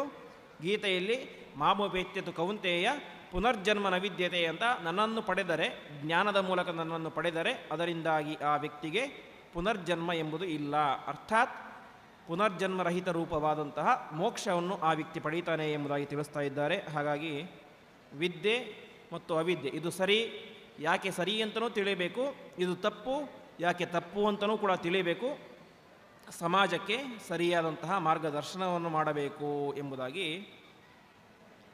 ಉಪನಿಷತ್ತು ನಮಗೆ 11ನೇ ಮಂತ್ರದ ಮೂಲಕ ತಿಳಿಸ್ತಾ ಇದೆ. ಮುಂದೆ ಇನ್ನೂ 3 ಮಂತ್ರಗಳು ಇದೇ ಒಂದು ಧಾಟಿಯಲ್ಲಿ ಇದೇ ಒಂದು ವಿಷಯವನ್ನು ತಿಳಿಸುವಂತಹ ಮಂತ್ರಗಳು. ಇಲ್ಲಿ ಹೇಳ್ತಾ ಇದ್ದಾರೆ, ಅಂಧಂತಮ ಪ್ರವಿಶಂತಿ ಅಸಂಭೂತಿ ಮುಪಾಸತೆ ತಥೋಭೂಯ ಇವತೆ ತಮೋಯೌ ಸಂಭೂತ್ಯಾಗಂ ವ್ರತಾಃ ಅನ್ಯದೇವಾಹು ಸಂಭವಾತ್ ಅನ್ಯದಾಹುರಸಂಭವಾತ್ ಇತಿ ಶುಶ್ರಮಧೀರಾಣಂ ಏನಸ್ತದ್ ವಿಚಚಕ್ಷಿರೇ ಅಂತ. ಅದೇ ರೀತಿಯಾಗಿ ಭಾಗವತದಲ್ಲಿ ಮೊದಲ ಶ್ಲೋಕ ಜನ್ಮಾದ್ಯಸ್ಯ ಯಥೋನ್ವಯಾದಿತರತಶ್ಚಾರ್ತೇಶ್ವಭಿಜ್ಞಸ್ವರಾಟ್ ಎಂಬುದಾಗಿ ಇಡೀ ಜಗತ್ತಿಗೆ ಸೃಷ್ಟಿ, ಸ್ಥಿತಿ, ಸಂಹಾರ, ನಿಯಮನ, ಜ್ಞಾನ, ಅಜ್ಞಾನ, ಬಂಧ, ಮೋಕ್ಷ ಎಲ್ಲವನ್ನು ಕೂಡ ಉಂಟು ಮಾಡುವಂತಹ ಪರಮಾತ್ಮನಿಗೆ ನಮಸ್ಕಾರ ಅಂತ ಅಲ್ಲಿ ಹೇಳ್ತಾ ಇದ್ದಾರೆ. ಇಡೀ ಜಗತ್ತಿಗೆ ಜನ್ಮಾದಿಗಳನ್ನು ಕೊಡುವವನು ಅಂತ. ಉಪನಿಷತ್ತು ಇಲ್ಲಿ ಹೇಳ್ತಾ ಇದೆ, ಅಂಧಂತಮ ಪ್ರವಿಶಂತಿ ಯೇ ಅಸಂಭೂತಿ ಮುಪಾಸತೆ ಅಂತ. ಅಂದರೆ ಸಾಮಾನ್ಯವಾಗಿ ಕೆಲವೊಬ್ಬರಲ್ಲಿ ಒಂದೊಂದು ರೀತಿಯಾದ ಮನಸ್ಥಿತಿ ಇರುತ್ತೆ. ಕೆಲವೊಬ್ಬರ ಪ್ರಕಾರ ಇಡೀ ಜಗತ್ತನ್ನು ಸೃಷ್ಟಿ ಮಾಡುವವನು ಪರಮಾತ್ಮ, ಆದರೆ ಸೃಷ್ಟಿ ಮಾಡುವುದು ಮಾತ್ರ ಪರಮಾತ್ಮ ಮಾಡ್ತಾನೆ, ಸಂಹಾರವನ್ನು ಪರಮಾತ್ಮ ಮಾಡೋದಿಲ್ಲ ಅಂತ. ಯಾಕೆ ಅಂತ ಹೇಳಿದರೆ, ಅವರು ಕೊಡುವಂತಹ ಲಾಜಿಕ್ ಹೇಗಿದೆ ಅಂತ ಹೇಳಿದರೆ, ಸಾಮಾನ್ಯವಾಗಿ ಯಾವುದೇ ಒಬ್ಬ ವ್ಯಕ್ತಿಯಾದರೂ ಕೂಡ ತಾನೇ ನೆಟ್ಟಂತಹ ಗಿಡವನ್ನು ಕೊಯ್ಯುವುದಿಲ್ಲ. ಯಾಕೆಂದರೆ ಅದರ ಮೇಲೆ ಅವನಿಗೆ ಅಭಿಮಾನ ಇರುತ್ತೆ, ಪ್ರೀತಿ ಇರುತ್ತೆ. ನಾನು ನೆಟ್ಟಂತಹ ಗಿಡ ಇಷ್ಟು ದೊಡ್ಡದಾಗಿದೆ, ಇಷ್ಟು ಚೆನ್ನಾಗಿ ಫಲವನ್ನು ಕೊಡ್ತಾ ಇದೆ ಅಂತ ಆ ವ್ಯಕ್ತಿ ಏನು ಮಾಡೋದಿಲ್ಲ, ಆ ಮರವನ್ನು ಕಡಿಯೋದಿಲ್ಲ ಅಂತೆ. ಹಾಗೆ ಪರಮಾತ್ಮನಿಗೂ ಕೂಡ ಈ ಜಗತ್ತಿನ ಮೇಲೆ ಏನಿದೆ, ಅಪಾರವಾದಂತಹ ಅಭಿಮಾನ, ಪ್ರೀತಿ ಇದೆ. ನಾನು ಸೃಷ್ಟಿ ಮಾಡಿದಂತಹ ಜಗತ್ತು ಎಷ್ಟು ಅದ್ಭುತವಾದಂತಹ ಜಗತ್ತು, ಎಷ್ಟು ಅದ್ಭುತವಾದಂತಹ ಮಾನವ, ಅವನ ಮಾನವನ ಮೇಧಾಶಕ್ತಿ, ಪ್ರಜ್ಞಾಶಕ್ತಿ ಎಷ್ಟು ಅದ್ಭುತವಾದದ್ದು ಅಂತ ಪರಮಾತ್ಮನಿಗೆ ಏನಿದೆ, ಜಗತ್ತಿನ ಮೇಲೆ ಅಪಾರವಾದಂಥ ಅಭಿಮಾನ ಇದೆ. ಅಂತಹ ಅಪಾರವಾದಂಥ ಅಭಿಮಾನದಿಂದಾಗಿ ಪರಮಾತ್ಮ ಜಗತ್ತನ್ನು ಸೃಷ್ಟಿ ಮಾಡ್ತಾನೆ. ಆದರೆ ಸೃಷ್ಟಿ ಮಾಡಿದಂತಹ ಜಗತ್ತಿನ ಮೇಲಿನ ಮೋಹದಿಂದಾಗಿ, ಅಭಿಮಾನದಿಂದಾಗಿ ಪರಮಾತ್ಮ ಜಗತ್ತನ್ನು ಸಂಹಾರ ಮಾಡುವುದಿಲ್ಲ ಅಂತ ಒಂದು ವಾದ. ಇನ್ನೊಂದು ವಾದ, ಪರಮಾತ್ಮ ಜಗತ್ತನ್ನು ಸಂಹಾರ ಮಾತ್ರ ಮಾಡ್ತಾನೆ, ಆದರೆ ಸೃಷ್ಟಿ ಮಾಡುವುದಿಲ್ಲ. ಪರಮಾತ್ಮ ಜಗತ್ತಿಗೆ ದುಃಖವನ್ನು ಮಾತ್ರ ಕೊಡ್ತಾನೆ, ಸುಖವನ್ನು ಕೊಡೋದಿಲ್ಲ ಅಂತ ಎರಡು ವಾದ ಜಗತ್ತಿನಲ್ಲಿ ಪ್ರಸಿದ್ಧವಾದದ್ದು. ಇದನ್ನು ನಾವು ನೋಡೋದು ಅಂತ ಹೇಳಿದರೆ, ನಮಗೇನೋ ಒಂದು ದೊಡ್ಡ ಬಿಸ್ನೆಸ್ಸನ್ನು ಮಾಡ್ತಾ ಇರ್ತೇವೆ. ಬಿಸ್ನೆಸ್ ಭಾರೀ ಜೋರಾಗಿ ಬೆಳೆದು ದೊಡ್ಡ ಪೀಕ್ ಲೆವೆಲಿಗೆ ಹೋಗುತ್ತೆ. ಪೀಕ್ ಲೆವೆಲಿಗೆ ಹೋದಾಗ ಏನೋ ಒಂದು ಅನಾಹುತ ಆಗಿ ನಮ್ಮ ಇಡೀ ಬಿಸ್ನೆಸ್ ಎಂಬುದು ಕೆಳಗಡೆ ಬಿದ್ದು ಬಿಡುತ್ತೆ. ಆವಾಗ ನಾವೇನು ಹೇಳ್ತೀವಿ, ಪರಮಾತ್ಮ ನಮಗೆ ದೊಡ್ಡ ಮೋಸ ಮಾಡಿಬಿಟ್ಟ, ಪರಮಾತ್ಮ ನಮ್ಮ ಎಲ್ಲ ವಿಧವಾದಂಥ ಸಂಪತ್ತನ್ನು ನಾಶ ಮಾಡಿಬಿಟ್ಟ. ನಾನು ಪರಮಾತ್ಮನಿಗೆ ಏನು ಮಾಡಿದ್ದೆ, ಏನೂ ಮಾಡಿರಲಿಲ್ಲ. ಆಗಿದ್ದರೂ ಕೂಡ ಪರಮಾತ್ಮ ಏನು ಮಾಡಿದ, ನನಗೆ ದೊಡ್ಡ ಮೋಸವನ್ನು ಮಾಡಿ ನನ್ನ ಇಡೀ ಸಂಪತ್ತನ್ನೇ ನಾಶ ಮಾಡಿಬಿಟ್ಟ ಅಂತ ಅಂದ್ಕೊಳ್ತೇವೆ. ಆದರೆ ಇದೇ ಬುದ್ಧಿ ಯಾವಾಗಿರಲಿಲ್ಲ ನಮಗೆ. ಆ ಸಂಪತ್ತನ್ನು ಪರಮಾತ್ಮ ನಮಗೆ ಕೊಟ್ಟಾಗ ಏನಿರಲಿಲ್ಲ, ಪರಮಾತ್ಮನಿಗೆ ಸಂಪತ್ತನ್ನು ಕೊಟ್ಟ ಅನ್ನೋ ಬುದ್ಧಿ ಇರಲಿಲ್ಲ. ಹೊರತೇನಿತ್ತು, ಇಡೀ ಸಂಪತ್ತನ್ನು ನಾನೇ ಸಂಪಾದನೆ ಮಾಡುವ ಎನ್ನುವಂಥ ಬುದ್ಧಿ ಇತ್ತು. ಆದರೆ ಸಂಪತ್ತು ನಾಶ ಆದಾಗ ಪರಮಾತ್ಮ ಸಂಪತ್ತನ್ನು ನಾಶ ಮಾಡಿಬಿಟ್ಟ ಎನ್ನುವಂಥ ಬುದ್ಧಿ ಇರುತ್ತೆ. ಹಾಗಾಗಿ ಇದೇ ಅಸಂಭೂತಿ ಅಂತ. ಪರಮಾತ್ಮ ಎಲ್ಲವನ್ನು ಕೂಡ ನಾಶ ಮಾಡ್ತಾನೆ, ಆದರೆ ಅದನ್ನು ಸೃಷ್ಟಿ ಮಾಡೋದು ನಾನು, ಅರ್ಥಾತ್ ಸಂಪಾದನೆ ಮಾಡೋದು ನಾನು. ನಾಶ ಆದಾಗ ಪರಮಾತ್ಮ ನಾಶ ಮಾಡಿಬಿಟ್ಟ ಅಂತ ಪರಮಾತ್ಮನನ್ನು ಬೈಯುವುದು. ಅದಕ್ಕೆ ಉಪನಿಷತ್ತು ಹೇಳ್ತಾ ಇದೆ, ಅಂಧಂತಮ ಪ್ರವಿಶಂತಿ ಯೇ ಅಸಂಭೂತಿ ಮುಪಾಸತೆ ಅಂತ. ಅಂದರೆ ಯಾರು ಪರಮಾತ್ಮನನ್ನು ಕೇವಲ ಜಗತ್ತನ್ನು ಸಂಹಾರ ಮಾಡುವುದು ಮಾತ್ರ ಪರಮಾತ್ಮನ ಕೆಲಸ, ಜಗತ್ತಿಗೆ ದುಃಖವನ್ನು ಕೊಡುವುದು ಮಾತ್ರ ಪರಮಾತ್ಮನ ಕೆಲಸ, ಜಗತ್ತಿಗೆ ಅಜ್ಞಾನವನ್ನು ಕೊಡುವುದು ಮಾತ್ರ ಪರಮಾತ್ಮನ ಕೆಲಸ, ಜಗತ್ತಿಗೆ ಕಷ್ಟವನ್ನು ಕೊಡುವುದು ಮಾತ್ರ ಪರಮಾತ್ಮನ ಕೆಲಸ ಎಂಬುದಾಗಿ ಪರಮಾತ್ಮನನ್ನು ಈ ರೀತಿಯಾಗಿ ಸಂಹಾರಕರ್ತೃವನ್ನಾಗಿ ಯಾರು ಉಪಾಸನೆ ಮಾಡ್ತಾರೋ ಅವರೇನು ಮಾಡ್ತಾರೆ, ಅಂಧಂತಮ ಪ್ರವಿಶಂತಿ, ಅಂಧಂತಮಸ್ಸಿಗೆ ಹೋಗ್ತಾರೆ ಎಂಬುದಾಗಿ ಉಪನಿಷತ್ತು ಹೇಳ್ತಾ ಇದೆ. ಇನ್ನು ಎರಡನೇ ವ್ಯಕ್ತಿ ಅವನೇನಾಗಿದ್ದಾನೆ, ತಥೋಭೂಯ ಇವತೆ ತಮೋಯವು ಸಂಭೂತ್ಯಾಗಂ ರತಾಹ ಅಂತ. ಇನ್ನೊಬ್ಬ ವ್ಯಕ್ತಿ ಇದ್ದಾನೆ, ಅವನೇನು ಮಾಡ್ತಾನೆ, ಜಗತ್ತನ್ನು ಪರಮಾತ್ಮ ಸೃಷ್ಟಿ ಮಾಡ್ತಾನೆ. ನಮಗೆ ಸುಖವಾದರೂ ಕೂಡ ಅದು ಪರಮಾತ್ಮನೇ ಕೊಟ್ಟಿದ್ದು, ನನಗೆ ಜ್ಞಾನವನ್ನು ಪರಮಾತ್ಮನೇ ಕೊಟ್ಟಿದ್ದಾನೆ, ನಮಗೆ ಆನಂದವನ್ನು ಪರಮಾತ್ಮನೇ ಕೊಟ್ಟಿದ್ದಾನೆ ಎಂಬುದಾಗಿ ಪರಮಾತ್ಮನನ್ನು ಪಾಸಿಟಿವ್ ರೀತಿಯಲ್ಲಿ ಉಪಾಸನೆ ಮಾಡ್ತಾ ಇರ್ತಾನೆ. ಆ ರೀತಿಯಾಗಿ ಯಾರು ಉಪಾಸನೆ ಮಾಡ್ತಾನೋ ಅವನು ನೆಗೆಟಿವ್ ಆಗಿ ಉಪಾಸನೆ ಮಾಡೋದಕ್ಕಿಂತ ವ್ಯಕ್ತಿಗಿಂತ ದೊಡ್ಡ ಕೆಟ್ಟ ಲೋಕಗಳನ್ನು ಹೋಗ್ತಾನೆ ಅಂತೆ. ಹಾಗಾದರೆ ಪರಮಾತ್ಮ ನಮಗೆ ಸುಖವನ್ನು ಕೊಡುವವನು ಮಾತ್ರ ಅಲ್ಲ, ದುಃಖವನ್ನು ಕೊಡುವವನು ಅವನೇ ಆಗಿದ್ದಾನೆ. ಪರಮಾತ್ಮ ನಮಗೆ ಕಷ್ಟ ಕೊಡುವವನು ಮಾತ್ರ ಅಲ್ಲ, ಸುಖವನ್ನು ಕೊಡುವವನು ಅವನೇ. ಅಜ್ಞಾನ ಕೊಡುವುದು ಮಾತ್ರ ಅಲ್ಲ, ಜ್ಞಾನವನ್ನು ಕೊಡುವುದು ಅವನೇ. ಸೃಷ್ಟಿಯನ್ನು ಮಾಡುವುದು ಮಾತ್ರ ಪರಮಾತ್ಮನ ಕೆಲಸ ಅಲ್ಲ, ಸಂಹಾರ ಮಾಡುವುದು ಕೂಡ ಪರಮಾತ್ಮನ ಕೆಲಸನೇ ಎಂಬುದಾಗಿ ಅವಶ್ಯವಾಗಿ ನಾವು ತಿಳಿಯಲೇಬೇಕು.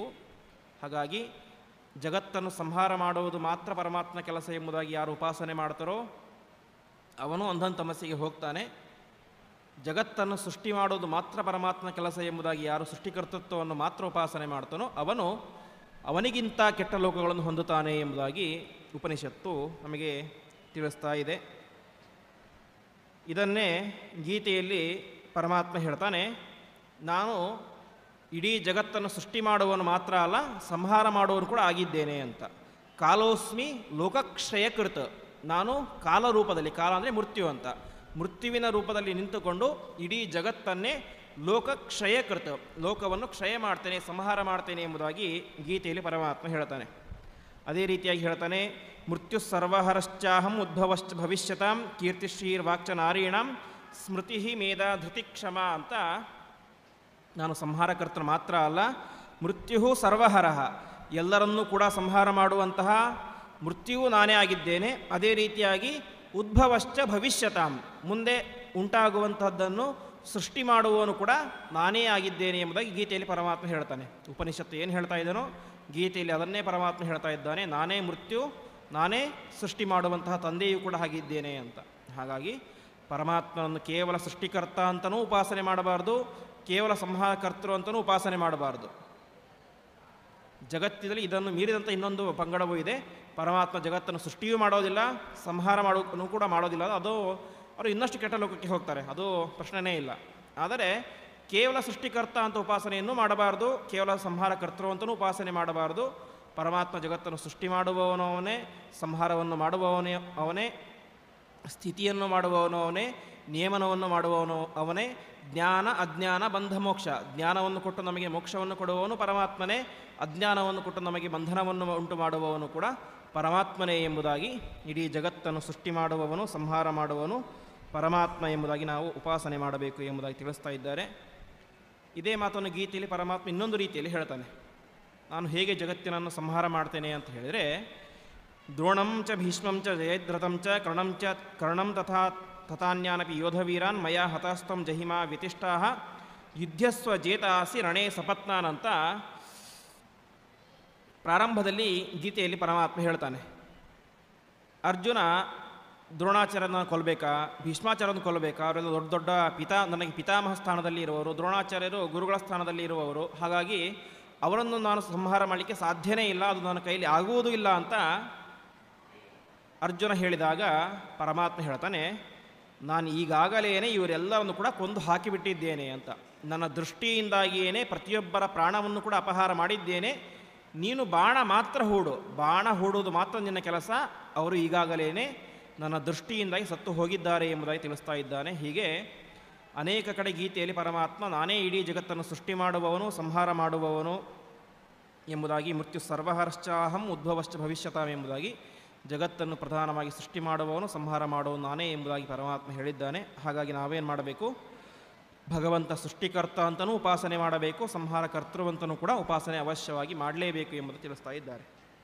ಯಾಕೆ ಅಂತ ಹೇಳಿದರೆ ಇದು ಕೂಡ ಹಿಂದಿನ ರೀತಿಯೇ, ಹೇಗೆ ವಿದ್ಯೆಗೂ ಬೇರೆ ಫಲ ಇದೆ, ಅವಿದ್ಯೆಗೂ ಬೇರೆ ಫಲ ಅಂತ ಇದೆಯೋ ಅದೇ ರೀತಿಯಾಗಿ ಭಗವಂತ ಸೃಷ್ಟಿಕರ್ತ ಅಂತ ಉಪಾಸನೆ ಮಾಡೋದಕ್ಕೂ ಬೇರೆ ಫಲ ಇದೆ, ಸಂಹಾರಕರ್ತೃ ಅಂತ ಉಪಾಸನೆ ಮಾಡೋದಕ್ಕೂ ಕೂಡ ಬೇರೆ ಫಲವೇ ಇದೆ. ಹಾಗಾಗಿ ಎರಡನ್ನೂ ಕೂಡ ಅವಶ್ಯವಾಗಿ ಉಪಾಸನೆ ಮಾಡಲೇಬೇಕು ಅಂತ. ಇಲ್ಲಿ ಇನ್ನೊಂದು ಸಂದೇಹ ಬರುತ್ತೆ.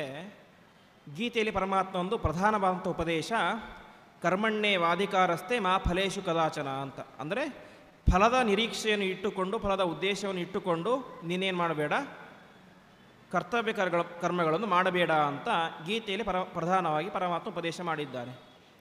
ಆದರೆ ಉಪನಿಷತ್ತು ಹೇಳ್ತಾ ಇದೆ ಏನು, ಭಗವಂತ ಸೃಷ್ಟಿಕರ್ತ ಅಂತ ಉಪಾಸನೆ ಮಾಡಿದರೆ ಅದಕ್ಕೆ ಬೇರೆ ಫಲ ಇದೆ, ಸಂಹಾರಕರ್ತೃ ಅಂತ ಉಪಾಸನೆ ಮಾಡಿದರೆ ಅದಕ್ಕೆ ಬೇರೆ ಫಲ ಇದೆ.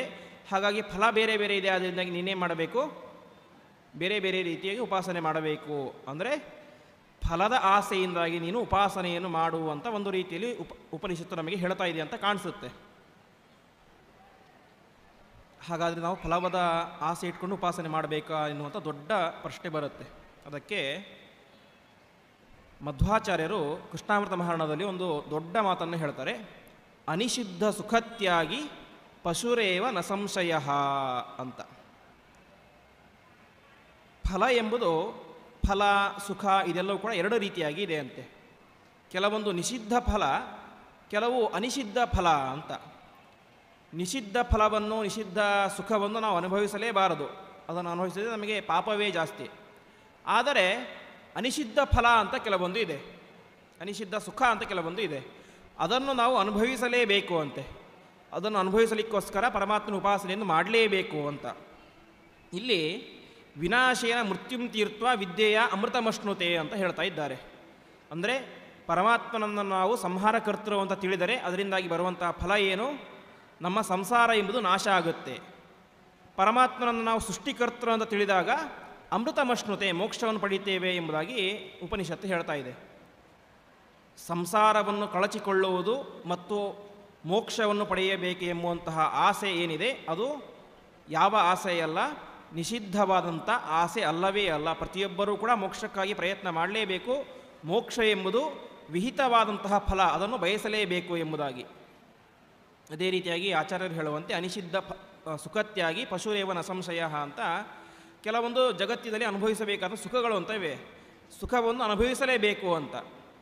ಯಾವುದು ಅನಿಷಿದ್ಧವಾದಂತಹ ಸುಖ ಅಂತ ಹೇಳಿದರೆ ಪರಮಾತ್ಮನ ದರ್ಶನ. ಪರಮಾತ್ಮನ ದರ್ಶನದಿಂದಾಗಿ ನಮಗೇನಾಗುತ್ತೆ? ಸುಖ ಆಗುತ್ತೆ. ಅದು ಅನಿಷಿದ್ಧವಾದಂತಹ ಸುಖ. ಆ ಸುಖವನ್ನು ನಾವು ಅನುಭವಿಸಲೇಬೇಕು. ಅದೇ ರೀತಿಯಾಗಿ ಪರಮಾತ್ಮನ ಪ್ರಸಾದವನ್ನು, ನೈವೇದ್ಯವನ್ನು ತಿನ್ನುವುದು ಕೂಡ ಅದು ವಿಶಿಷ್ಟವಾದಂಥ ಸುಖ. ಅದು ನಮಗೆ ವಿಶಿಷ್ಟವಾದಂಥ ಫಲವನ್ನು ತಂದುಕೊಡುತ್ತೆ. ಆದರೆ ನಾವು ಸುಖವನ್ನೇ ಅನುಭವಿಸುವುದಿಲ್ಲ. ನನಗೆ ಫಲ ಬೇಡವೇ ಬೇಡವ ಅಂತ ನಾನು ಕೃಷ್ಣನ ಸನ್ನಿಧಾನಕ್ಕೆ ಬಂದು ನಾನು ಕೃಷ್ಣನ ಪ್ರಸಾದವನ್ನು ಸ್ವೀಕಾರ ಮಾಡಿದೆ, ನನಗೆ ಅದರಿಂದ ಏನು ಸಿಗುತ್ತೆ? ಒಂದು ಫಲ ಅಂತ ಸಿಗುತ್ತೆ. ಹಾಗಾಗಿ ನಾನು ಪರಮಾತ್ಮನ ಪ್ರಸಾದವನ್ನು ತಿನ್ನುವುದೇ ಇಲ್ಲ ಅಂತ ವಿಪರೀತವಾದಂತಹ ವಾದವನ್ನು ಸರ್ವಥಾ ಮಾಡಬಾರದು. ಯಾಕೆ ಅಂತ ಹೇಳಿದ್ರೆ ಕೃಷ್ಣನ ಪ್ರಸಾದವನ್ನು ತಿಂದರೆ ಫಲ ನಮಗೆ ಸಿಕ್ಕೇ ಸಿಗುತ್ತೆ. ಆದರೆ ಆ ಫಲ ಯಾವುದೋ ಲೌಕಿಕವಾದಂತಹ ಫಲ ಅಲ್ಲ, ಅಲೌಕಿಕವಾದಂತಹ ಫಲ, ಶ್ರೇಷ್ಠವಾದಂತಹ ಫಲ, ಶ್ರೇಷ್ಠವಾದಂತಹ ಸುಖ. ಹಾಗಾಗಿ ಅದನ್ನು ನಾವು ತಿರಸ್ಕಾರ ಮಾಡಿದರೆ ಪಶುರೇವ ನ ಸಂಶಯ ಅಂತ ನಮಗೂ ಮತ್ತು ಪಶುಗಳಿಗೂ ವ್ಯತ್ಯಾಸವೇ ಇರುವುದಿಲ್ಲ ಎಂಬುದಾಗಿ ಆಚಾರ್ಯರು ಹೇಳ್ತಾರೆ. ಹಾಗಾಗಿ ಸೃಷ್ಟಿಕರ್ತೃತ್ವವನ್ನು ತಿಳಿದರೆ ಬೇರೆ ಫಲವೇ ಇದೆ, ಸಂಹಾರ ಕರ್ತೃತ್ವವನ್ನು ತಿಳಿದರೆ ಬೇರೆ ಫಲವೇ ಇದೆ ಅಂತ ನಾವು ಅದನ್ನು ಉಪಾಸನೆ ಮಾಡಬೇಕು ಅಂತ ಹೇಳಿದರೆ ಆ ಯಾವ ಫಲವೂ ಕೂಡ ಯಾವುದೋ ತುಚ್ಛವಾದಂತಹ ಸಾಮಾನ್ಯ ಫಲ ಅಲ್ಲ, ಅದನ್ನು ನಮ್ಮನ್ನು ಉದ್ಧಾರ ಮಾಡುವಂಥ ಅತಿ ದೊಡ್ಡ ಫಲ. ಹಾಗಾಗಿ ಆ ಫಲವನ್ನು ನಾವು ಬಯಸಿ ನಾವು ಉಪಾಸನೆ ಮಾಡಿದರೆ ಯಾವುದೇ ರೀತಿಯ ತಪ್ಪು ಸರ್ವಥಾ ಇಲ್ಲ. ನಾವು ಪರಮಾತ್ಮನನ್ನು ಆ ರೀತಿಯಾಗಿ ಉಪಾಸನೆ ಮಾಡಲೇಬೇಕು. ನಮ್ಮ ಸಂಸಾರವನ್ನು ಕಳಚಿಕೊಂಡು ಮೋಕ್ಷವನ್ನು ಪಡೆಯಬೇಕಾದ ಪ್ರತಿಯೊಬ್ಬರ ಕರ್ತವ್ಯ. ಹಾಗಾಗಿ ಅದನ್ನು ಬಯಸಿ ನಾವು ಕರ್ಮವನ್ನು ಮಾಡಿದರೆ ಸರ್ವಥಾ ತಪ್ಪಿಲ್ಲ. ಅದನ್ನು ಬಯಸಿ ಉಪಾಸನೆ ಮಾಡಿದರೆ ಸರ್ವಥಾ ತಪ್ಪು ಇಲ್ಲವೇ ಇಲ್ಲ ಎಂಬುದಾಗಿ ಹೇಳ್ತಾ ಇದ್ದಾರೆ. ಹಾಗಾಗಿ ನಾವೇನು ಮಾಡಬೇಕು? ಪರಮಾತ್ಮನನ್ನು ಸೃಷ್ಟಿಕರ್ತ ಅಂತಲೂ ಉಪಾಸನೆ ಮಾಡಬೇಕು, ಸಂಹಾರಕರ್ತೃ ಅಂತಲೂ ಕೂಡ ಅವಶ್ಯವಾಗಿ ಉಪಾಸನೆ ಮಾಡಲೇಬೇಕು ಅಂತ ತಿಳಿಸ್ತಾ ಇದ್ದಾರೆ. ಇದೇ ಮಾತನ್ನು ಪರಮಾತ್ಮ ಗೀತೆಯಲ್ಲಿ ಹೇಳಬೇಕಾದ್ರೆ ನಮೇ ವಿದು ಸುರಗಣಾ ಪ್ರಭವಂ ನ ಮಹರ್ಷಯ ಅಂತ. ಆದರೆ ಇದನ್ನು ತಿಳಿಯುವುದು ತುಂಬ ಕಷ್ಟ. ಪರಮಾತ್ಮ ಸೃಷ್ಟಿಕರ್ತ ಅಂತ ತಿಳಿಯುವುದು ದೇವತೆಗಳಿಗೂ ಕೂಡ ಕಷ್ಟ ಎಂಬುದಾಗಿ ಗೀತೆಯಲ್ಲಿ ಪರಮಾತ್ಮ ಹೇಳ್ತಾ ಇದ್ದಾನೆ. ಅದೇ ರೀತಿಯಾಗಿ ಜರಾ ಮರಣ ಮೋಕ್ಷಾಯ ಮಾಮಾಶ್ರಿತಿ ತಂತಿಯೇ ತೇ ಬ್ರಹ್ಮ ತದ್ವಿದು ಕೃತ್ಸಂ ಅಧ್ಯಾತ್ಮಂ ಕರ್ಮಚಾಕಿಲಂ ಅಂತ. ಜರಾ ಮರಣ ಮೋಕ್ಷಾಯ, ಜರ ಮತ್ತು ಮರಣ ಇಲ್ಲದೇ ಇರುವಂತಹ ಮೋಕ್ಷ, ಅದಕ್ಕೋಸ್ಕರ ನಾವೇನು ಮಾಡಬೇಕು ಅಂತ ಹೇಳಿದ್ರೆ ಮಾಮಾಶ್ರಿತ್ಯ ಏತಂತೆಯೇ, ಪರಮಾತ್ಮನನ್ನೇ ನಾವು ಶರಣ ಹೊಂದಬೇಕು. ನಮಗೆ ಬಂದಿರುವಂತಹ ಈ ಮರಣ ಜರ ಮುಪ್ಪು ಎಲ್ಲವೂ ಕೂಡ ಪರಿಹಾರ ಆಗಬೇಕು ಅಂತ ಹೇಳಿದ್ರೆ ನಾವೇನು ಮಾಡಬೇಕು? ಪರಮಾತ್ಮ ಸಂಹಾರಕರ್ತೃ ಅಂತ ಉಪಾಸನೆ ಮಾಡಬೇಕು. ಆವಾಗ ಪರಮಾತ್ಮ ನಮಗೆ ಬಂದಿರುವಂತಹ ಈ ಸಂಸಾರವನ್ನೇನು ಮಾಡ್ತಾನೆ? ಸಂಹಾರ ಮಾಡಿ ಹಾಕ್ತಾನೆ, ನಾಶ ಮಾಡಿ ಹಾಕ್ತಾನೆ. ಅದೇ ರೀತಿಯಾಗಿ ಮೋಕ್ಷಕ್ಕೋಸ್ಕರ ಪರಮಾತ್ಮನನ್ನು ನಾವೇನಂತ ಉಪಾಸನೆ ಮಾಡಬೇಕು? ಇಡೀ ಜಗತ್ತನ್ನು ಸೃಷ್ಟಿ ಮಾಡಿದವನು ಅಂತ ನಾವು ಪರಮಾತ್ಮನನ್ನು ಉಪಾಸನೆ ಮಾಡಿದಾಗ ಪರಮಾತ್ಮ ನಮಗೂ ಕೂಡ ಮೋಕ್ಷವನ್ನು ತಂದು ಕೊಡುತ್ತಾನೆ ಎಂಬುದಾಗಿ ಗೀತೆಯಲ್ಲಿ ಪರಮಾತ್ಮ ಹೇಳ್ತಾ ಇದ್ದಾನೆ. ಹಾಗಾಗಿ ನಾವೇನು ಮಾಡಬೇಕು ಅಂತ ಹೇಳಿದ್ರೆ ಪರಮಾತ್ಮನನ್ನು ಯಾವ ರೀತಿಯಾಗಿ ಸೃಷ್ಟಿಕರ್ತೃ ಅಂತ ಉಪಾಸನೆ ಮಾಡ್ತೇವೋ ಅಷ್ಟೇ ಪ್ರಧಾನವಾಗಿ ಸಂಹಾರಕರ್ತೃ ಅಂತಲೂ ಉಪಾಸನೆ ಮಾಡಬೇಕು. ಇದರಿಂದಾಗಿ ವಿಶಿಷ್ಟವಾದಂತಹ ನಮ್ಮ ಈ ಸಂಸಾರ ಎಂಬುದು ನಾಶವಾಗಿ ಪರಮಾತ್ಮ ನಮಗೆ ಮೋಕ್ಷ ಎಂಬಂತಹ ಒಳ್ಳೆಯ ಯಾವತ್ತೂ ನಾಶವಾಗದೇ ಇರುವಂತಹ ದೊಡ್ಡ ಸಂಪತ್ತನ್ನು ಕೊಡ್ತಾ ಇದ್ದಾನೆ ಎಂಬುದಾಗಿ 14ನೇ ಮಂತ್ರದಲ್ಲಿ ಹೇಳ್ತಾ ಇದ್ದಾರೆ. ಹೀಗೆ ಹಿಂದೆ ಕೇಳಿದಂತೆ ವಿದ್ಯೆ ಮತ್ತು ಅವಿದ್ಯೆ ಸರಿ, ಇದು ಯಾಕೆ ಸರಿ ಅಂತ ತಿಳ್ಕೊಳ್ಬೇಕು, ತಪ್ಪು ಇದು ಯಾಕೆ ತಪ್ಪು ಅಂತ ತಿಳ್ಕೊಳ್ಬೇಕು. ಅದೇ ರೀತಿಯಾಗಿ ಪರಮಾತ್ಮನನ್ನು ಸೃಷ್ಟಿಕರ್ತ ಅಂತಲೂ ಉಪಾಸನೆ ಮಾಡಬೇಕು, ಅದೇ ರೀತಿಯಾಗಿ ಸಂಹಾರಕರ್ತೃ ಅಂತಲೇ ಎಂಬುದಾಗಿ ಉಪಾಸನೆ ಮಾಡಬೇಕು. ಈ ರೀತಿಯಾಗಿ ಉಪಾಸನೆ ಮಾಡಿದಾಗ ಪರಮಾತ್ಮ ನಮಗೆ ಬಂದಿರುವಂತಹ ಈ ಸಂಸಾರ ಬಂಧನವನ್ನು ನಾಶ ಮಾಡಿ ಶಾಶ್ವತ ಸುಖ ಸ್ವರೂಪವಾದಂತಹ ಮೋಕ್ಷವನ್ನು ಕೊಡ್ತಾನೆ ಎಂಬುದಾಗಿ ಹೇಳ್ತಾ ಇದ್ದಾರೆ. ಈ ರೀತಿಯಾಗಿ ನಮಗೆ ಉಪದೇಶವನ್ನು ಕೊಟ್ಟು ಉಪನಿಷತ್ತು ಮುಂದೆ ಹೇಳುತ್ತೆ, ಬರೀ ಜ್ಞಾನ ಸಾಕಾಗುವುದಿಲ್ಲ, ವಿಜ್ಞಾನ ಇರಬೇಕು ಅಂತ. ಅಂದರೆ ಪರಮಾತ್ಮನ ಬಗ್ಗೆ ತಿಳಿದರೆ ಮಾತ್ರ ಸಾಕಾಗೋದಿಲ್ಲ, ಪರಮಾತ್ಮನ ದರ್ಶನ ನಮಗೇನಾಗಬೇಕು, ಅಂತರಂಗದಲ್ಲಿ ಆಗಬೇಕು. ಅದನ್ನೇ ದಾಸರಾಯರು ಹೇಳ್ತಾರೆ. ನಮಗೆಲ್ಲ ನಾವೇನಂತ ಹೇಳ್ತೀವಿ, ನಮಗೆ ಒಳ್ಳೆಯ ಕಣ್ಣಿದೆ, ಎಷ್ಟು ದೂರ ಇರೋದು ಕಾಣಿಸುತ್ತೆ ಎಂಬುದಾಗೆಲ್ಲ ಹೇಳ್ತೇವೆ.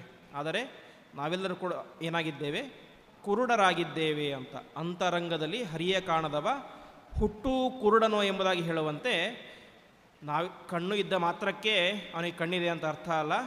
ಅಂತರಂಗದಲ್ಲಿ ನಮ್ಮ ಹೃದಯ ಕಮಲದಲ್ಲಿ ಪರಮಾತ್ಮನನ್ನು ಕಂಡಾಗ ಮಾತ್ರ ಕಣ್ಣಿರೋದು ಸಾಧ್ಯ, ಅದು ಸಾರ್ಥಕ ಆಗುತ್ತೆ. ಆ ರೀತಿಯಾಗಿ ಕಾಣದೇ ಹೋದಂತಹ ವ್ಯಕ್ತಿ ಅವನು ಹುಟ್ಟು ಕುರುಡ ಎಂಬುದಾಗಿ ದಾಸರಾಯರು ಎಚ್ಚರಿಸ್ತಾ ಇದ್ದಾರೆ. ಹಾಗಾಗಿ ನಮಗೆ ಅಂತರಂಗದಲ್ಲಿ ಪರಮಾತ್ಮನ ದರ್ಶನ ಆಗಬೇಕು, ಪರಮಾತ್ಮನ ಸ್ವರೂಪದ ದರ್ಶನ ಆಗಬೇಕು. ಪರಮಾತ್ಮನ ಸ್ವರೂಪದ ದರ್ಶನ ಆದಾಗ ಮಾತ್ರ ನಮ್ಮ ಉದ್ಧಾರ ಆಗಲಿಕ್ಕೆ ಸಾಧ್ಯ ಎಂಬುದಾಗಿ ಶಾಸ್ತ್ರಗಳು ತಿಳಿಸ್ತಾ ಇವೆ. ಅದಕ್ಕೆ ಉಪನಿಷತ್ತು ಹೇಳ್ತಾ ಇದೆ. ಇಲ್ಲಿ ತನಕ ನಾವೇನು ಮಾಡಿದ್ದೀವಿ, ಶ್ರವಣ ಮಾಡಿದ್ದೀವಿ. ಪರಮಾತ್ಮ ಹೇಗಿದ್ದಾನೆ ಹೇಗಿದ್ದಾನೆ ಅಂತ ಪರಮಾತ್ಮನ ಅನೇಕ ಸ್ವರೂಪಗಳನ್ನು ನಾವು ಶ್ರವಣ ಮಾಡಿದ್ದೀವಿ. ಮುಂದೆ ಏನು ಮಾಡಬೇಕು ಅಂತ ಹೇಳಿದರೆ, ಪರಮಾತ್ಮನ ಸ್ವರೂಪದ ದರ್ಶನ ಮಾಡಬೇಕು ಅಂತ. ಹಾಗಾದರೆ ಪರಮಾತ್ಮನ ಸ್ವರೂಪದ ದರ್ಶನ ಮಾಡಬೇಕಾದ್ರೆ ನಮ್ಮಿಂದ ಅದು ಸಾಧ್ಯ ಇಲ್ಲ ಅಂತ. ಕಾಟಕೋಪನಿಷತ್ತಿನಲ್ಲಿ ಒಂದು ಮಾತು ಬರುತ್ತೆ, ಯಮೈವೇಶ ವೃಣತೆ ತೇನ ಲಭ್ಯ ತಸ್ಸೇಷ ಆತ್ಮ ವಿವೃಣತೆ ತನುಂ ಸ್ವಾಮ್ ಅಂತ. ಅಂದರೆ ಪರಮಾತ್ಮನ ದರ್ಶನ ನಮಗೆ ಅಂತರಂಗದಲ್ಲಿ ಆಗಬೇಕು ಅಂಥೇಳಿದ್ರೆ ನಾವು ಪ್ರಯತ್ನ ಪಟ್ಟರೆ ಆಗೋದಿಲ್ಲ ಅಂತೆ, ನಮ್ಮ ಮನಸ್ಸಿಗೆ ಬಂದರೆ ಆಗೋದಿಲ್ಲ ಅಂತೆ, ಹೊರತು ಪರಮಾತ್ಮನ ಮನಸ್ಸಿಗೆ ಬರಬೇಕು ಅಂತೆ.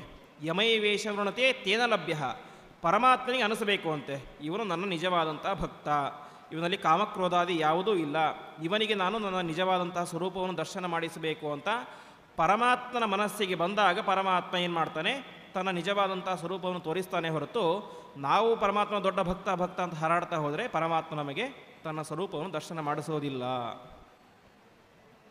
ಅಷ್ಟು ದೂರ ಹೋಗೋದು ಬೇಡ. ಇಲ್ಲಿಯೇ ಕೃಷ್ಣ ಇದ್ದಾನೆ, ನಾವೇನು ಮಾಡ್ತೀವಿ, ಕೃಷ್ಣನ ದರ್ಶನ ಮಾಡಿದೆ ಅಂತ ಖುಷಿ ಪಡ್ತೇವೆ. ಆದರೆ ಕೃಷ್ಣನನ್ನು ನಾವು ನೋಡೋದು ಮುಖ್ಯ ಅಲ್ಲ, ಕೃಷ್ಣ ನಮ್ಮನ್ನು ನೋಡೋದು ಮುಖ್ಯ. ಕೃಷ್ಣ ನಮ್ಮನ್ನು ನೋಡಿದಾಗ ಏನಾಗುತ್ತೆ, ನಮ್ಮ ಎಲ್ಲ ವಿಧವಾದ ಪಾಪ ನಾಶ ಆಗ್ತವೆ. ಹಾಗಾಗಿ ಪರಮಾತ್ಮನ ಸ್ವರೂಪದ ದರ್ಶನ ನಮಗೆ ಆಗಬೇಕು. ಆ ಪರಮಾತ್ಮನ ಸ್ವರೂಪದ ದರ್ಶನ ಆಗಬೇಕು ಅಂತ ಹೇಳಿದರೆ ಇಂತಹ ಒಳ್ಳೆಯ ಕ್ಷೇತ್ರಗಳಿಗೆ ಹೋಗಿ ಪರಮಾತ್ಮನ ವಿಶೇಷ ದರ್ಶನವನ್ನು ಮಾಡಬೇಕು. ಪರಮಾತ್ಮ ನಮ್ಮನ್ನು ನೋಡುವಂತೆ ನಾವು ವಿಶೇಷವಾದ ಭಕ್ತಿ ಜ್ಞಾನಗಳಿಂದಾಗಿ ಪರಮಾತ್ಮನ ಉಪಾಸನೆಯನ್ನು ಮಾಡಿದಾಗ ಪರಮಾತ್ಮನ ನಮ್ಮನ್ನು ನೋಡ್ತಾನೆ. ನಮ್ಮನ್ನು ನೋಡಿ ಪರಮಾತ್ಮ ಇವನು ಅತ್ಯಂತ ಯೋಗ್ಯನಾದಂತಹ ವ್ಯಕ್ತಿ ಅಂತ ತಿಳಿದುಕೊಂಡು ನಮ್ಮ ಮೇಲೆ ಕಾರುಣ್ಯವನ್ನು ತೋರಿ ತನ್ನ ಸ್ವರೂಪವನ್ನು ನಮಗೆ ದರ್ಶನ ಮಾಡಿಸ್ತಾನೆ, ಅವನ ಅಪರೋಕ್ಷ ಜ್ಞಾನವನ್ನು ಕೊಡ್ತಾನೆ ಎಂಬುದಾಗಿ ಇದು ಎಲ್ಲ ಶಾಸ್ತ್ರಗಳ ಪ್ರಧಾನವಾದಂತಹ ಅರ್ಥ. ಆದರೆ ಈ ರೀತಿಯಾಗಿ ಪರಮಾತ್ಮ ನಿನ್ನ ಸ್ವರೂಪವನ್ನು ನನಗೆ ತೋರಿಸು ಅಂತ ಪರಮಾತ್ಮನಲ್ಲಿ ಪ್ರಾರ್ಥನೆ ಮಾಡುವಂತಹ ಒಂದು ವಿಶಿಷ್ಟವಾದಂತಹ ಅತ್ಯಂತ ಪ್ರಸಿದ್ಧವಾದಂತಹ ಮಂತ್ರ.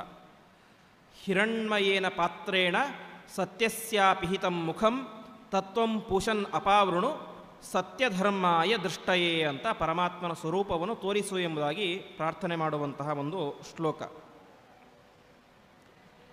ಈ ಶ್ಲೋಕದಲ್ಲಿ ಏನಂತ ಹೇಳ್ತಾ ಇದ್ದಾರೆ ಅಂತ ಹೇಳಿದರೆ, ಮೇಲ್ನೋಟಕ್ಕೆ ಅರ್ಥ ಇಷ್ಟೇ, ಬಂಗಾರದ ಪಾತ್ರೆಯಿಂದಾಗಿ ಪರಮಾತ್ಮನ ಮುಖ ಎಂಬುದು ಮುಚ್ಚಲ್ಪಟ್ಟಿದೆ.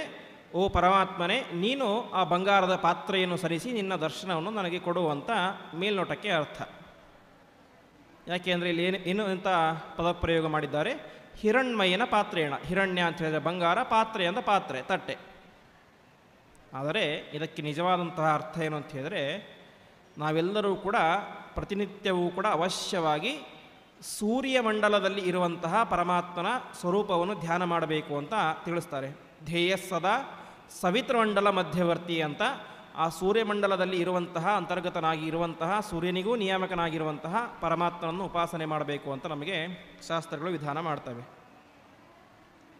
ಆದರೆ ಸೂರ್ಯನ ಅಂತರ್ಯಾಮಿಯಾಗಿರುವಂತಹ ಸೂರ್ಯಮಂಡಲದಲ್ಲಿ ಇರುವಂತಹ ಪರಮಾತ್ಮನ ದರ್ಶನ ನಮಗೆ ಆಗುವುದಿಲ್ಲ. ಪರಮಾತ್ಮ ಇಚ್ಛೆಪಟ್ಟಾಗ ಅವನ ದರ್ಶನ ನಮಗೆ ಆಗುತ್ತೆ ಅಂತ. ಅದಕ್ಕೋಸ್ಕರ ನಾವು ಪರಮಾತ್ಮನಲ್ಲಿ ಪ್ರಾರ್ಥನೆ ಮಾಡಬೇಕು ಅಂತೆ. ಹಿರಣ್ಮಯೇನ ಪಾತ್ರೇಣ ಸತ್ಯಸ್ಯ ಅಪಿಹಿತಂ ಮುಖಂ ಅಂತ. ಬಂಗಾರದ ಪಾತ್ರೆಯಿಂದಾಗಿ ಪರಮಾತ್ಮನ ಮುಖ ಮುಚ್ಚಲ್ಪಟ್ಟಿದೆ ಅಂತ. ಅಂದರೆ ಪರಮಾತ್ಮ ಸೂರ್ಯಮಂಡಲದಲ್ಲಿ ಇದ್ದಾನೆ, ಆದರೆ ನಮಗೆ ಸರಿಯಾಗಿ ಕಾಣಿಸ್ತಾ ಇಲ್ಲ ಅಂತ. ಯಾಕೆ ಅಂದರೆ ಬಂಗಾರದ ತಟ್ಟೆ ಮುಚ್ಚಿದೆ ಅಂತ. ಹಿರಣ್ಮಯ ಅಂತ ಹೇಳಿದರೆ ಸೂರ್ಯನ ಕಾಂತಿ ಯಾವ ರೀತಿಯಾಗಿದೆ? ಹೊಳೆಯುವಂತಹ ಬಂಗಾರದ ರೀತಿಯಲ್ಲಿ ಅವನ ಕಾಂತಿ ಇದೆ. ಹಾಗಾಗಿ ಅಂತಹ ಹಿರಣ್ಯ ವರ್ಣದ ಸೂರ್ಯನಿಂದಾಗಿ ಮುಚ್ಚಲ್ಪಟ್ಟಿದೆ ಅಂತ. ಸಾಮಾನ್ಯವಾಗಿ ನಾವು ಯಾವುದೋ ಒಂದು ಪಾತ್ರೆಯಿಂದ, ಅಂದರೆ ಸಂಪುಟದಿಂದಾಗಿ ಸಾಲಿಗ್ರಾಮ ಇಟ್ಟಿರ್ತೇವೆ. ಹಾಗೆ ಮುಚ್ಚಲ್ಪಟ್ಟಿದ್ದಾನೆ ಪರಮಾತ್ಮ ಅಂತ.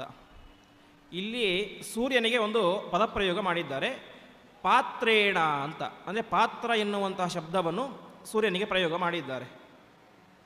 ಆ ರೀತಿಯಾದಂತಹ ಪಾತ್ರ ಎನ್ನುವಂತಹ ಶಬ್ದವನ್ನು ಸೂರ್ಯನಿಗೆ ಯಾಕೆ ಪದಪ್ರಯೋಗ ಮಾಡಿದರು ಅಂತ ಹೇಳಿದರೆ, ಪಿಬತಿ ತ್ರಾತಿ ಇತಿ ಪಾತ್ರ ಅಂತ ಸೂರ್ಯನಿಗೆ ಹೆಸರು ಅಂತೆ.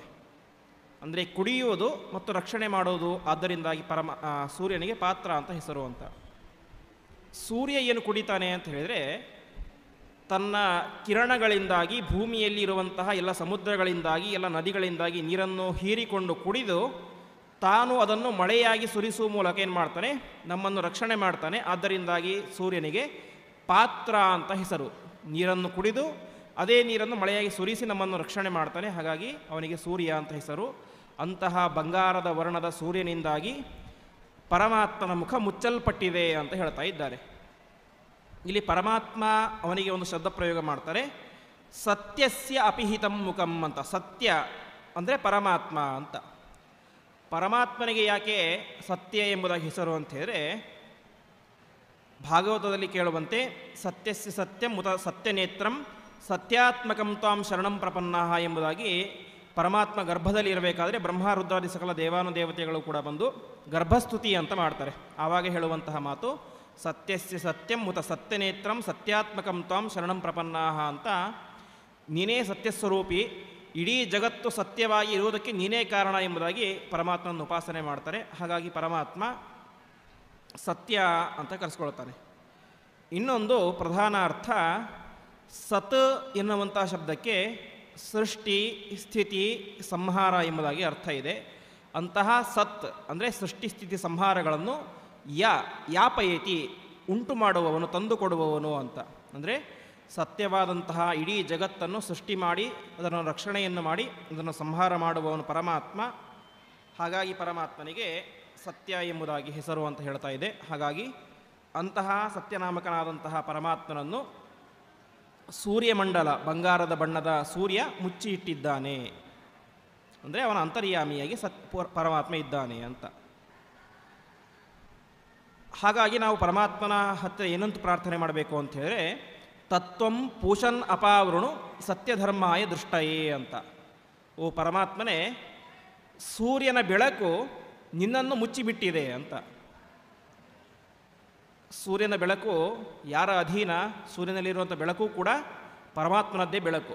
ಯಾಕೆಂದರೆ ಗೀತೆಯಲ್ಲಿ ಹೇಳುವಂತೆ, ಯದಾದಿತ್ಯ ಗತಂ ತೇಜ ಜಗದ್ಭಾಸಯತೆ ಅಖಿಲಂ ಯಚ್ಚಂದ್ರಮಸಿ ಹೆಚ್ಚಾಗ್ನೌ ತತ್ತೇಜೋ ವಿದ್ಧಿ ಮಾವಕಂ ಅಂತ ಗೀತೆಯ 15ನೇ ಅಧ್ಯಾಯದಲ್ಲಿ ಪರಮಾತ್ಮ ಹೇಳುವಂತೆ, ಸೂರ್ಯನ ಒಳಗಡೆ ಇದ್ದುಕೊಂಡು ಇಡೀ ಜಗತ್ತನ್ನು ಬೆಳಗಿಸುವವನು ಕೂಡ ನಾನೇ ಆಗಿದ್ದೇನೆ ಅಂತ ಪರಮಾತ್ಮ ಗೀತೆಯಲ್ಲಿ ಹೇಳ್ತಾನೆ. ಹಾಗಾಗಿ ಓ ಪರಮಾತ್ಮನೇ, ಸೂರ್ಯನ ಬೆಳಕು ನಿನ್ನನ್ನು ಮುಚ್ಚಿ ಹಾಕಿಬಿಟ್ಟಿದೆ. ಅರ್ಥಾತ್ ನಿನ್ನನ್ನು ನೀನೇ ಮುಚ್ಚಿಕೊಂಡಿದ್ದೀಯ. ಯಾಕೆಂದರೆ ಸೂರ್ಯನ ಬೆಳಕು ಅಂದರೆ ನಿನ್ನ ಬೆಳಕೇ ಅದು. ಹಾಗಾಗಿ ಸೂರ್ಯನ ಒಳಗಿರುವಂತಹ ಪರಮಾತ್ಮನೇ, ನೀನೇನು ಮಾಡಬೇಕು? ಸೂರ್ಯನ ಬೆಳಕನ್ನು ಸರಿಸಿ ನಿನ್ನ ಬೆಳಕು ಕಾಣುವಂತೆ ಮಾಡಬೇಕು ಅಂತ. ಯಾಕೆಂದರೆ ಪರಮಾತ್ಮನ ಬೆಳಕು ಕಾಣಲಿಕ್ಕೆ ನಮಗೆ ಅಡ್ಡವಾಗಿ ಯಾವುದು ನಿಂತಿದೆ? ಸೂರ್ಯನ ಬೆಳಕು ನಿಂತಿದೆ. ಸೂರ್ಯನ ಬೆಳಕು ಅಂತ ಹೇಳಿದ್ರೆ ಆ ಸೂರ್ಯನಿಗೆ ಆ ಬೆಳಕನ್ನು ಕೊಟ್ಟವನು ಕೂಡ ಪರಮಾತ್ಮನೇ ಆಗಿದ್ದಾನೆ. ಹಾಗಾಗಿ ನಾವು ಅಂತಹ ಪರಮಾತ್ಮನಲ್ಲಿ ಏನಂತ ಪ್ರಾರ್ಥನೆ ಮಾಡಬೇಕು? ತತ್ವಂ ಪೂಷನ್ ಅಪಾವೃಣು, ನಿನಗೆ ನಿನ್ನ ಬೆಳಕಿಗೆ ಅಡ್ಡವಾಗಿ ನಿಂತಿರುವಂತಹ ಸೂರ್ಯನ ಬೆಳಕನ್ನು ಸರಿಸಿ ನಿನ್ನ ಬೆಳಕನ್ನು, ನಿನ್ನ ಜ್ಞಾನವನ್ನು, ನಿನ್ನ ಸ್ವರೂಪವನ್ನು ನನಗೆ ತೋರಿಸು ಎಂಬುದಾಗಿ ಪ್ರಾರ್ಥನೆ ಮಾಡಬೇಕು ಅಂತ. ಇದಕ್ಕೆ ಇಲ್ಲಿ ಒಂದು ಪದಪ್ರಯೋಗ ಮಾಡ್ತಾರೆ, ತತ್ವಂ ಪೂಷನ್ ಅಪಾವೃಣು ಅಂತ. ಪೂಷನ್ ಎಂಬುದಾಗಿ ಪರಮಾತ್ಮನನ್ನು ಕರೀತಾರೆ. ಪೂಷನ್ ಎನ್ನುವಂತಹ ಶಬ್ದಕ್ಕೆ ಅರ್ಥ ಏನು ಅಂತ ಹೇಳಿದರೆ, ತತ್ತು ಪೂರ್ಣತ್ವತಃ ಪೂಷ ಎಂಬುದಾಗಿ ಆಚಾರ್ಯರು ಬ್ರಹ್ಮಾಂಡ ಪುರಾಣದ ಒಂದು ಮಾತನ್ನು ಉದಾಹರಣೆಯಾಗಿ ಕೊಡ್ತಾರೆ. ಪರಮಾತ್ಮ ಪರಿಪೂರ್ಣನಾಗಿದ್ದಾನೆ, ಹಾಗಾಗಿ ಅವನಿಗೆ ಪೂಷನ್ ಎಂಬುದಾಗಿ ಹೆಸರು. ಅಂತಹ ಪರಮಾತ್ಮನೇ ನಿನ್ನ ದರ್ಶನವನ್ನು ನನಗೆ ಮಾಡಿಸು ಅಂತ ಪ್ರಾರ್ಥನೆ ಮಾಡ್ತಾ ಇದ್ದಾರೆ.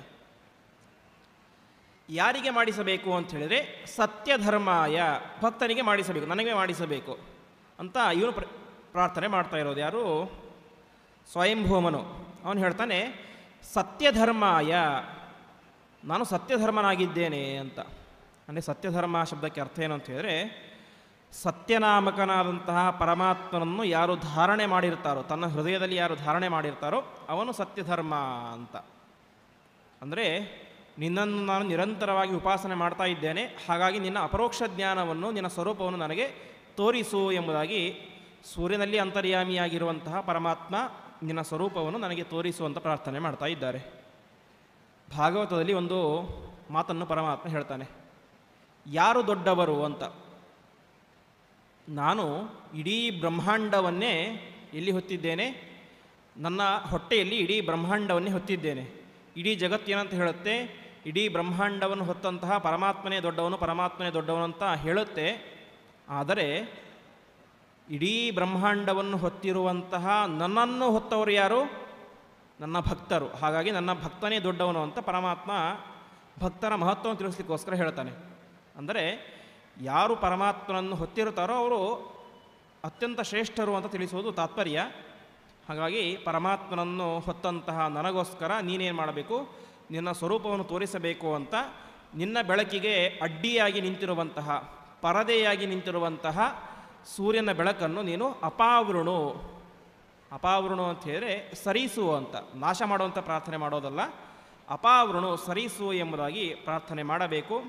ಈ ರೀತಿಯಾಗಿ ಪ್ರಾರ್ಥನೆ ಮಾಡಿದಾಗ ಮಾತ್ರ ಪರಮಾತ್ಮ ತನ್ನ ನಿಜವಾದಂತಹ ಸ್ವರೂಪವನ್ನು ತೋರಿಸ್ತಾನೆ ಎಂಬುದಾಗಿ ತಿಳಿಸ್ತಾ ಇದ್ದಾರೆ. ಇದೇ ಮಾತನ್ನು ಗೀತೆಯಲ್ಲಿ ಅರ್ಜುನ ಹೇಳ್ತಾನೆ. ಅರ್ಜುನ ತಾನು ಪ್ರಾರ್ಥನೆ ಮಾಡ್ತಾನೆ ಪರಮಾತ್ಮನ ಹತ್ತಿರ, ಪರಮಾತ್ಮ ನಿನ್ನ ದಿವ್ಯವಾದಂತಹ ಸ್ವರೂಪವನ್ನು ನನಗೆ ತೋರಿಸು ಅಂತ. ಅವನು ಹೇಳ್ತಾನೆ, ಏವಮೇತದ್ ಯಥಾತ್ಮತ್ವಂ ಆತ್ಮಾನಂ ಪರಮೇಶ್ವರ ದ್ರಷ್ಟುಮಿಚ್ಛಾಮಿ ತೇ ರೂಪಂ ಐಶ್ವರಂ ಪುರುಷೋತ್ತಮ ಮನ್ಯಸೆ ಇದಿತೆ ಚಕ್ಯಂ ಮಯಾ ದಷ್ಟಮಿತಿ ಪ್ರಭೋ ಯೋಗೇಶ್ವರ ತಥೋಮೇತಂ ದರ್ಶಯಾತ್ಮಾನಮವ್ಯಯಂ ಅಂತ ಪರಮಾತ್ಮ ನಿನ್ನ ದಿವ್ಯವಾದಂತಹ ರೂಪವನ್ನು ದರ್ಶನ ಮಾಡಬೇಕು ಅಂತ ನನ್ನ ಮನಸ್ಸು ಹಾತೊರಿತಾ ಇದೆ, ಕಾಯ್ತಾ ಇದೆ. ಯಾವಾಗ ನಿನ್ನ ದರ್ಶನ ಮಾಡ್ತೇನೋ ಅಂತ ನನ್ನ ಮನಸ್ಸು ಕಾಯ್ತಾ ಇದೆ.